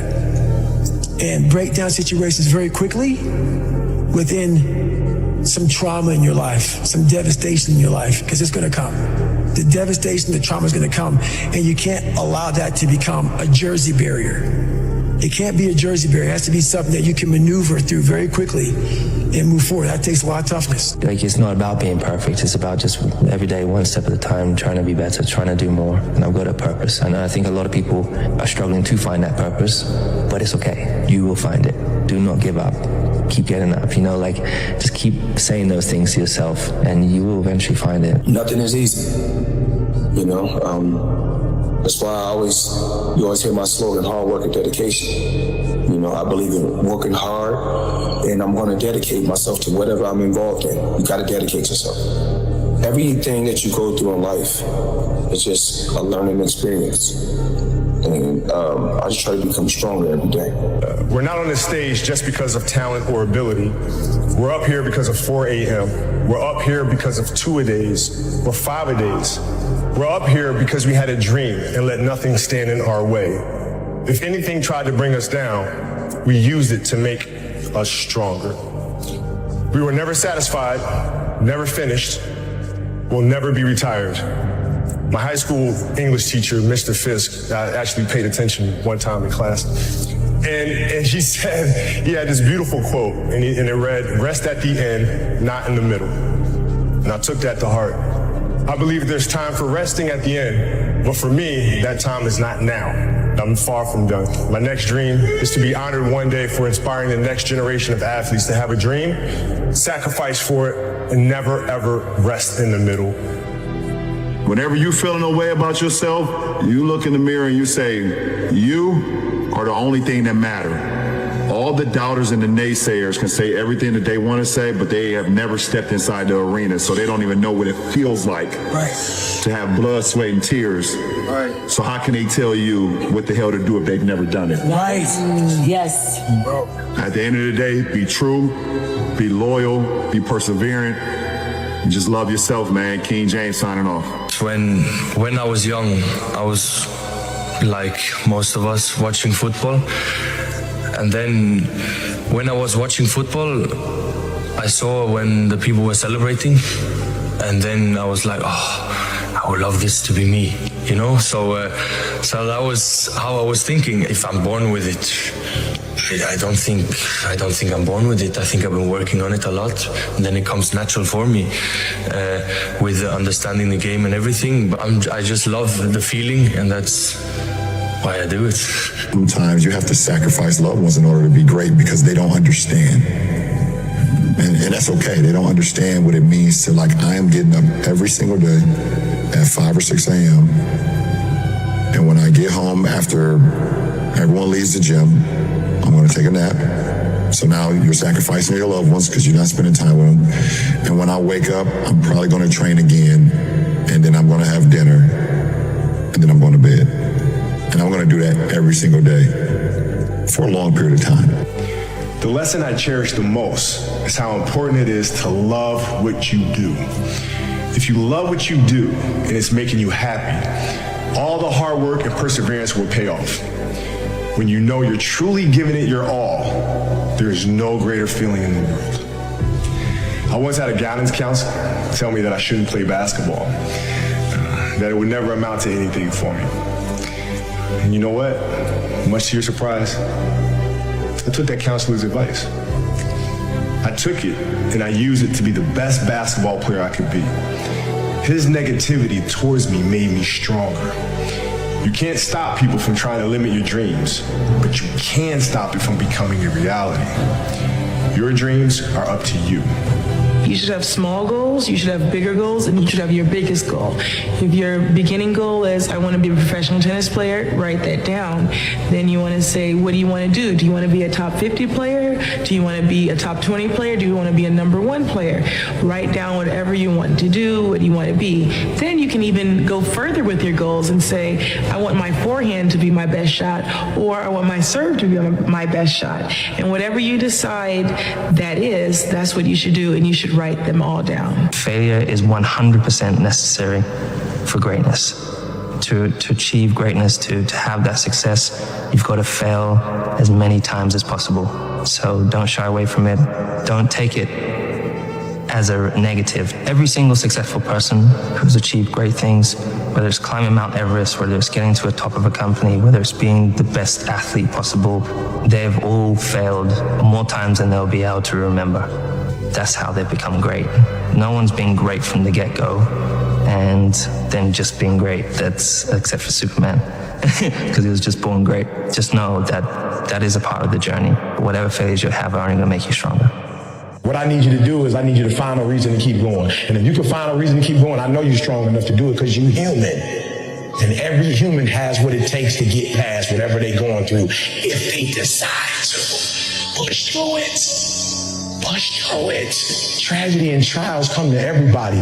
Only the strong survive. Listen to me very closely. Y'all running from obstacles when in fact it's the obstacle that's going to take you to the next level. Like y'all running from pain. Y'all running from challenges. You telling me how difficult your life is. Do you understand it is the difficulty that's going to prepare you and take you to that next level? Why do you keep crying? Why me, God? Why did I get MS? Why did I get cancer? Why did my mama die? Why did I get fired? Do you understand? Listen, you got through that. You got put through that because what that does, that tension produces greatness. Stop running from it and run to it. Do you ever wake up and you say, I don't want to do it today? I fight against my mind. Yes, sometimes it's happened. We are all human beings. We are not happy every day. We are not in a good mood every day. It's normal. It's part of us. You like to go to the gym every day? Of course no. It's not true. Nobody likes to go to the gym every day. But you have to do it because your mental strength is coming from that moments that in a hard moments, you should do it. And I do it because after that, maybe in the beginning you feel hard to start, but after when you finish the gym or cold plunge or even the training, you will feel better. I'm gonna tell you right now, 30 days ain't good for you. The permanent, you wanna make it permanent. Permanent, you start talking about a year, 18 months, 2 years, that's a sacrifice. And when you commit yourself to something for a year, you're not gonna say, oh, I'm gonna let that go. Because in your mind, you have it clear as day. That year took a lot out of me. That year built me. That year started to scrape away all that scar tissue. Started to clean me up. 30 days doesn't clean up. 30 days just kind of covers up, put a blanket over it. It's like putting a rug over it. A year, it cleans you up nicely, man. Whatever your problem is, if you can dedicate yourself for a year to something, you can be a changed person. Most people don't want it that badly, and that's what people don't know. But to get there, luck ain't gonna happen. You have to put yourself in that situation, man. It takes a lot of work. If you can see it here, and you have the courage enough to speak it, it will happen. A lot of times people believe in certain things, but they keep to themselves. They don't put it out there. You truly believe in it. If you become vocal with it, you are creating that law of attraction, and it will become reality. Continue to believe in yourself, value yourself, love yourself. And I think we're all so unique and different in our own ways. Like, there's no other you. And so you just have to believe that you are unique and you're powerful and beautiful and strong. And there's nothing we can't do if we put our minds to it. And that's what I try and tell myself every day. No matter how many times you stumble, it's not how you fall, it's how you get up. No one can motivate me. I have a resume full of fucking motivation. That whenever I'm down, I'm like, oh, hang on, motherfucker. oh, you know the truth. And then from there, it's like, okay, you were there. You know this. There was no one there to pick up the rucksack, to pick up the boat, to pick up the log, to go in there. It was you. Hey, look around you. There was no fucking team. It was you. There was no weight loss program or mom and dad waking you up saying you can do it, you can be better, trying to build belief. You built belief when you had nothing. Rock bottom. Believe in you, no matter what. There's a lot of people that say you can't do this or you can't do that or you're not going to be good enough or you can't. Can't is a huge word out there, but when someone tells me I can't, really what that means is that they can't. And they'll never do it. So that's what they're saying. What they're really saying to you is that I can't. And they're trying to stop you from achieving your dreams. So don't forget that. So whenever anyone says you can't or you're not good enough, just know that you really are, and they're just probably jealous of you. It's inspiring for all you guys out there that want to do something and want to be the best that you can be and want to do the best that you can do. You just never give up because you never know what can happen. You never know who you can inspire and who you can influence. So I'm so honored. The message really for any young tennis player around the world who is watching this now and dreaming to be here where Stefanos and I am. Dream big, dare to dream, because everything is possible. Don't let anybody take away the dream. Doesn't matter where you're coming from. I actually think that the more disadvantaged childhood you have, the more difficulties and more challenges you have, the stronger you become. Don't really let anybody take away that dream from you. Nurture it, water it like you water the flowers. Even if you find only one person in this world that will accept, embrace, and support your dreams, find that person and dream big, because you can make it. I'm just focused. Nothing can infiltrate my internal thoughts, no external. Focused on myself, my inner thoughts, my team's thoughts, and that's where we're at. When you do a meditation before a game, do you visualize the game at all? Visualize moments in the game? Yeah, sometimes I do it to visualize a few points that can happen in the game.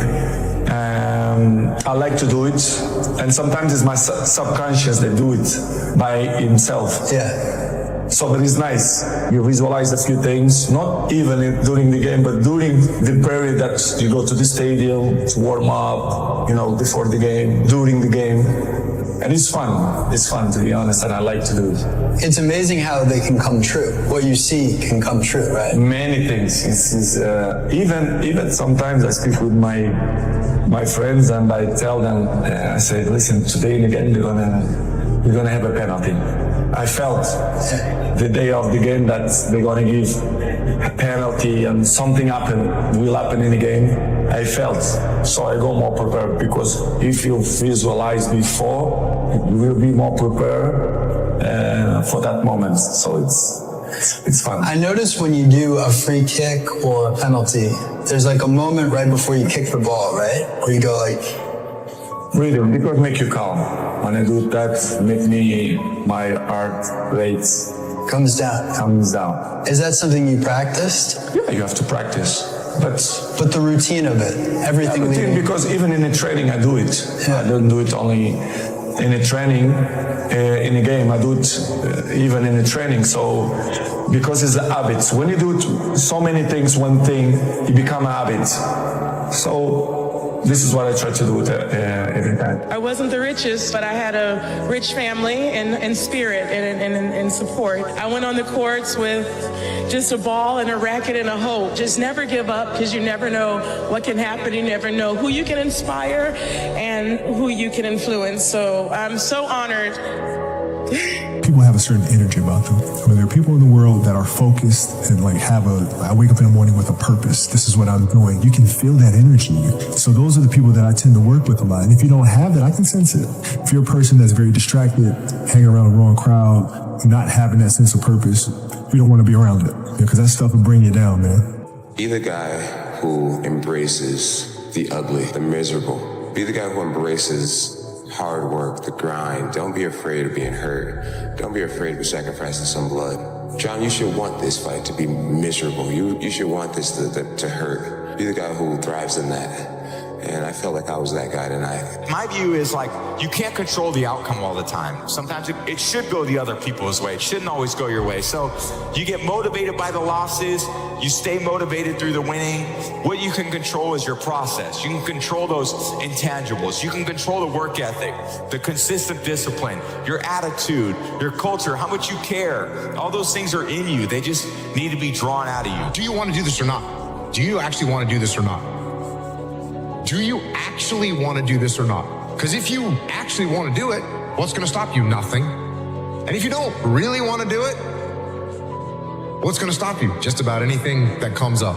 Just about any obstacle that gets in your way becomes an excuse. It becomes a reason. It becomes a rationale for not proceeding down that path.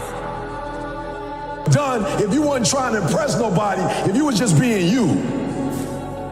I'm thinking like, how many mistakes have we made trying to be what they want us to be? What if we could just be who we were? Like, what would we be doing if we weren't worried about them? So I'm challenging you. When you walk out of this room, I'm challenging you to do you. I'm challenging you to do you. Never repeat your failures. Work with people that are smarter than you. Listen and mentally know you're the best. If you mentally know you're the best, no one can compete with you. We live by this and we die by this. We don't retreat. We don't run. Every man must search his own soul. That's why that Martin Luther King quote, that's why I say like you don't judge a person by where they stand in times of comfort and convenience. You judge them by where they stand in times of challenge and controversy. And if you ain't work, like when you work for something, it gives you a different type of attachment to it. The harder you work, the harder it is to surrender. That's why cats can give up so easy. They ain't got nothing invested. They ain't work for it. They ain't sacrifice for it. Every time it get tough, they go blow weed. They ain't working for it, right? They ain't got nothing sacrificed into it. But when a cat work for something, like when a cat been sacrificed for something, well, you gonna have a cold day in hell before you take it from them. Because they value it different. There's a quote that says, when you know yourself and you know your opponent, there's no need to fear the results of over 100 battles, which means not being naive and saying, oh, I'm better here and I'm better here. You gotta know where you suck. Yeah. And you gotta know where you're good. Yeah. And I know where Rampage is really good. And I also know where he really sucks. So, you know, I think he's trying to bait me to get in this big kickboxing match with him or boxing match with him. And I'm gonna really go out there and just give a solid mixed martial arts. Dedication, hard work, dedication, hard work. I'm a one-man army. One-man army. The world can go against me. I'm still come on top. I got God on my side. Go back to the gym, work, because you have more to show. You understand? Life continue. You cannot live in the past. I'm really good on that. You understand? I learned by these years that, listen, Cristiano, let's go.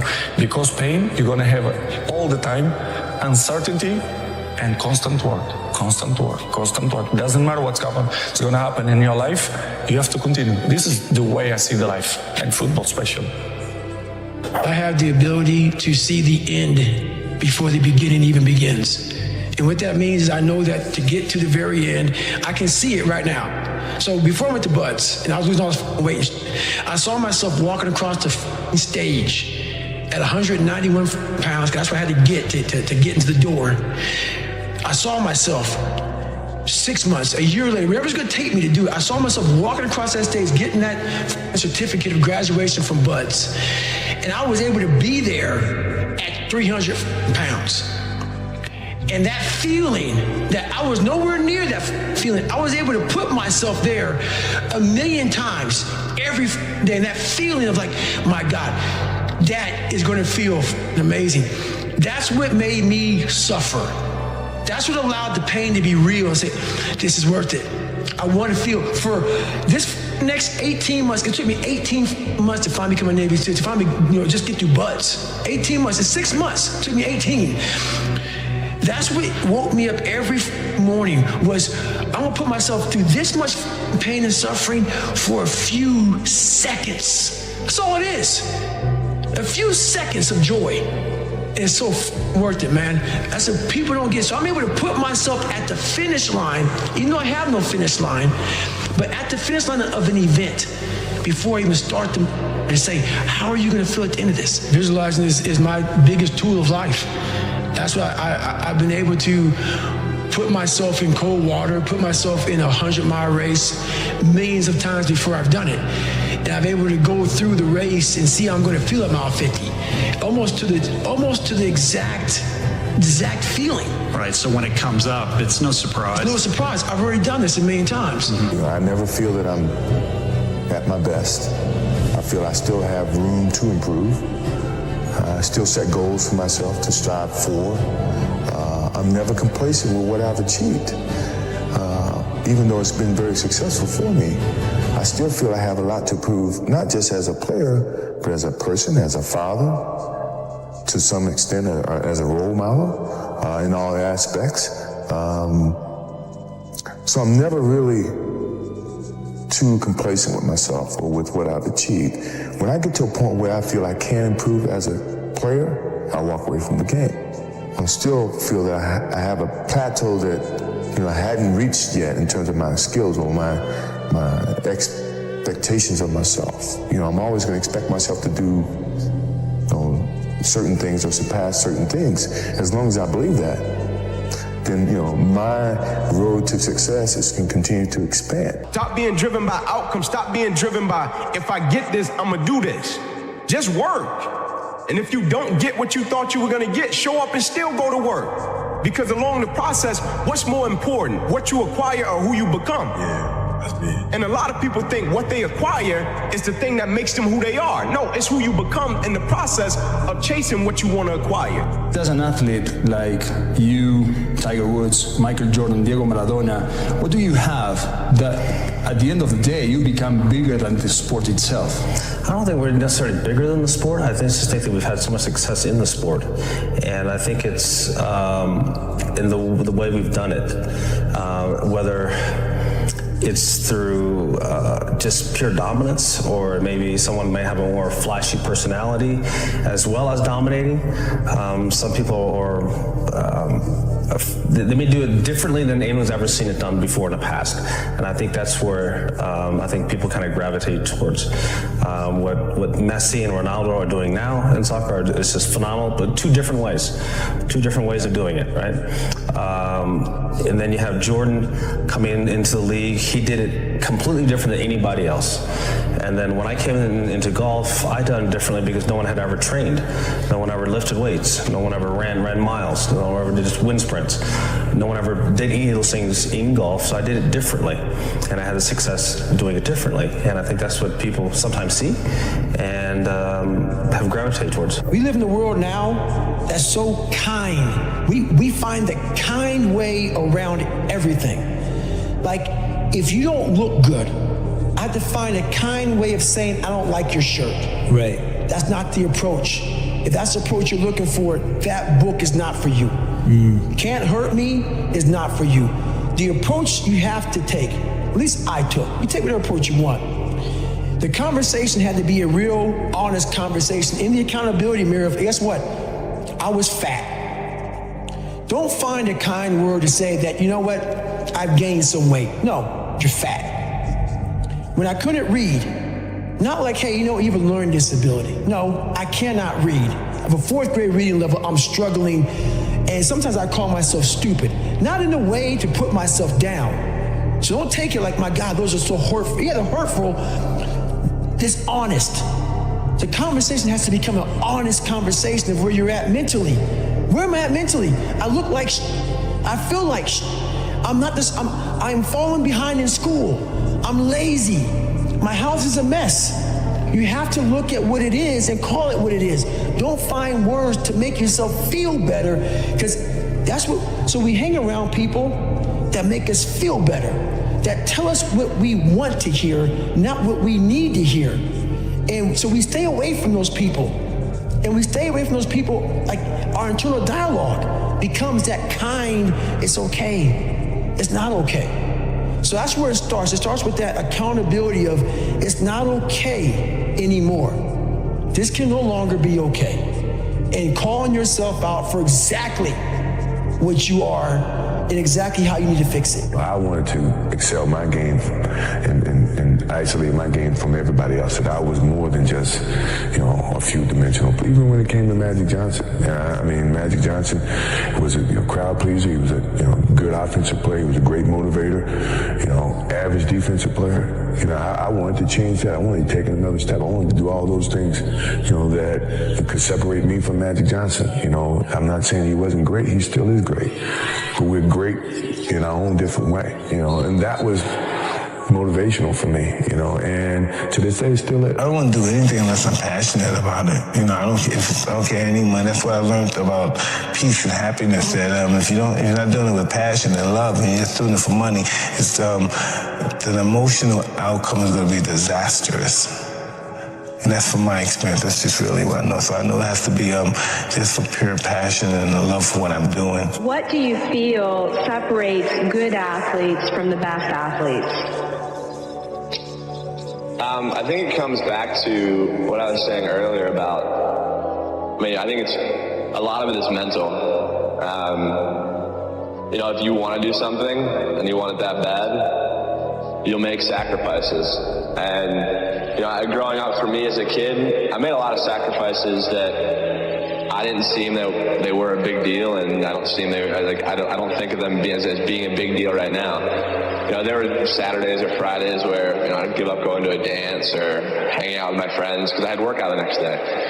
But those things that I gave up, were things that I wanted to help me get to my goal. And there were times where I've been put in. I know what I can do, so. Where was your mindset at? And I'm taking you back to the age, I think, 17, Anthony, but can you remember where your mind was before you took that decision to walk into a gym, to step into a boxing ring, and how that's changed? It's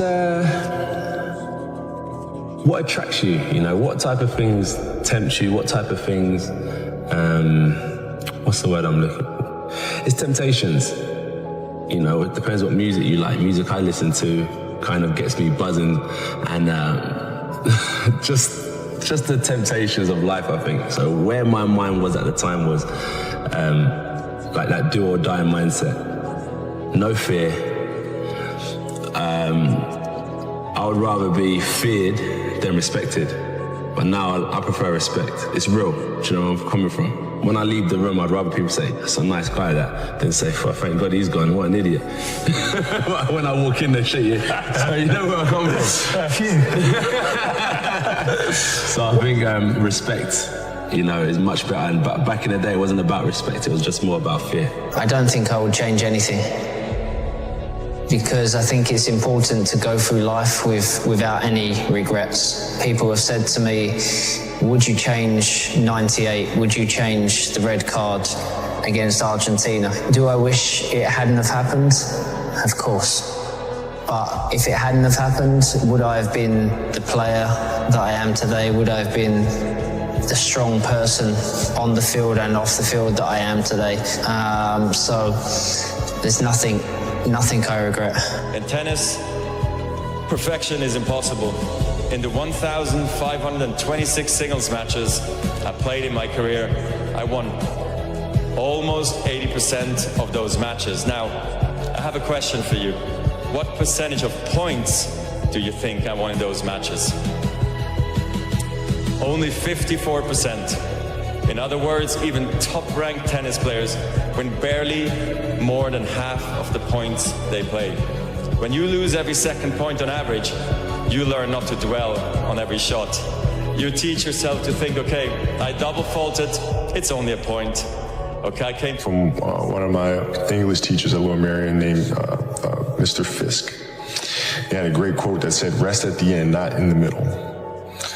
And that's something I always live with. Who's for me to tell him I was about to die? I'm still alive. In 1984 in Compton is where I began my journey of becoming a tennis player on beaten down courts with my family by my side. My first goal, as Zena said, was to win the US Open. Now, what you don't know, My first goal was to win Wimbledon, but what you don't know is I said I wanted to win Wimbledon because Venus said she wanted to win Wimbledon, and then my dad yelled at me. He's like, "Serena, stop copying Venus," because I copied her way too much. And so I said, "Okay, I want to win the U.S. Open," and so that's how that kind of came about. So I truly feel that day changed my life, and now I had a goal to begin to work, and I began to work towards that goal. And I believe that one day I would stand on that court and hold that winner's trophy. And now I guess 30 years later, I still have goals and I still have dreams of winning. And this award makes me actually want to work harder to reach more goals. So I don't know if that's weird or not, but I want to get off here and just go home and start training because this is so awesome. I didn't have an easy experience. I didn't come in as a top-rated recruit. I didn't come in with the opportunity to play right away. I had to earn it. And you know what the greatest honor I've ever received as a player is? In my 4th year and my 5th year, I was named team captain. That, to this day, is the single greatest achievement I've ever had as a football player. Because the men in this room chose me to lead their team. And these were my best friends. These were the guys that knew that I liked to work, that knew that I loved football, that knew that I loved to play, that knew that I wanted to be the quarterback for Michigan. And all the lessons that I learned here on State Street and in the big house, that's still what I bring to practice today. And after 14 years, I love the game more than I've ever loved it. But where did I learn the love for the game? Where did I learn to practice? Where did I learn to compete? It was sitting in the same chairs that you guys are sitting in today. It's either you have it or you don't. That sounds like excuses to me. I mean, you got to figure it out. If you really have an obsession to figure it out, you will figure it out. Every puzzle is constructed differently. Everybody has a different puzzle, man. You just got to figure out your own puzzle. You know why people quit? People don't have pride in what they do. You know why people stop? They're selfish and it's just about them. Don't quit no matter what. Because it's like once you get into that frame of mind of quitting, you're always going to do that. So I always would just push myself to the top no matter what. You know, it's about 2.5 miles up. My best time going up the hill is like around about 14 minutes. And that was going to test everything in your body. But it gave me, I think, longevity. It gave me the endurance in the 4th quarter where I could finish, the ball game where everyone else is tired. And I'm jumping around and my teammates looking at me like I'm crazy because I have all this energy. So one big thing is the accountability mirror. You have to start with yourself.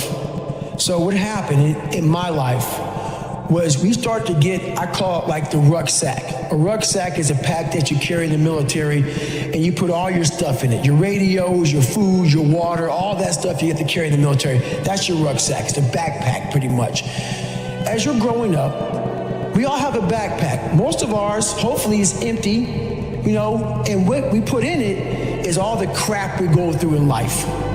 That's what is in the backpack for the civilians, and we carry it around with us. So what you have to start doing is realizing that no matter where you're at in life, I got called nigger a lot. My dad abused me. Learning disabilities, stutters, immaturity, insecurities, self-doubt, so much crap on top of me. So much stuff. I lied a lot to create friends. So much stuff was in my backpack. No one's coming back to help me. So it starts with that person in that mirror. You have to realize you are on your own now. And whatever else you believe in, I don't care what you believe in, but on earth, it's a very lonely journey. And it starts with the accountability mirror of looking at saying, hey, my dad who beat the hell out of me is not coming back. All these things are coming back. I have to face myself. And you have to own all those things that people may have done to you. Now it's yours.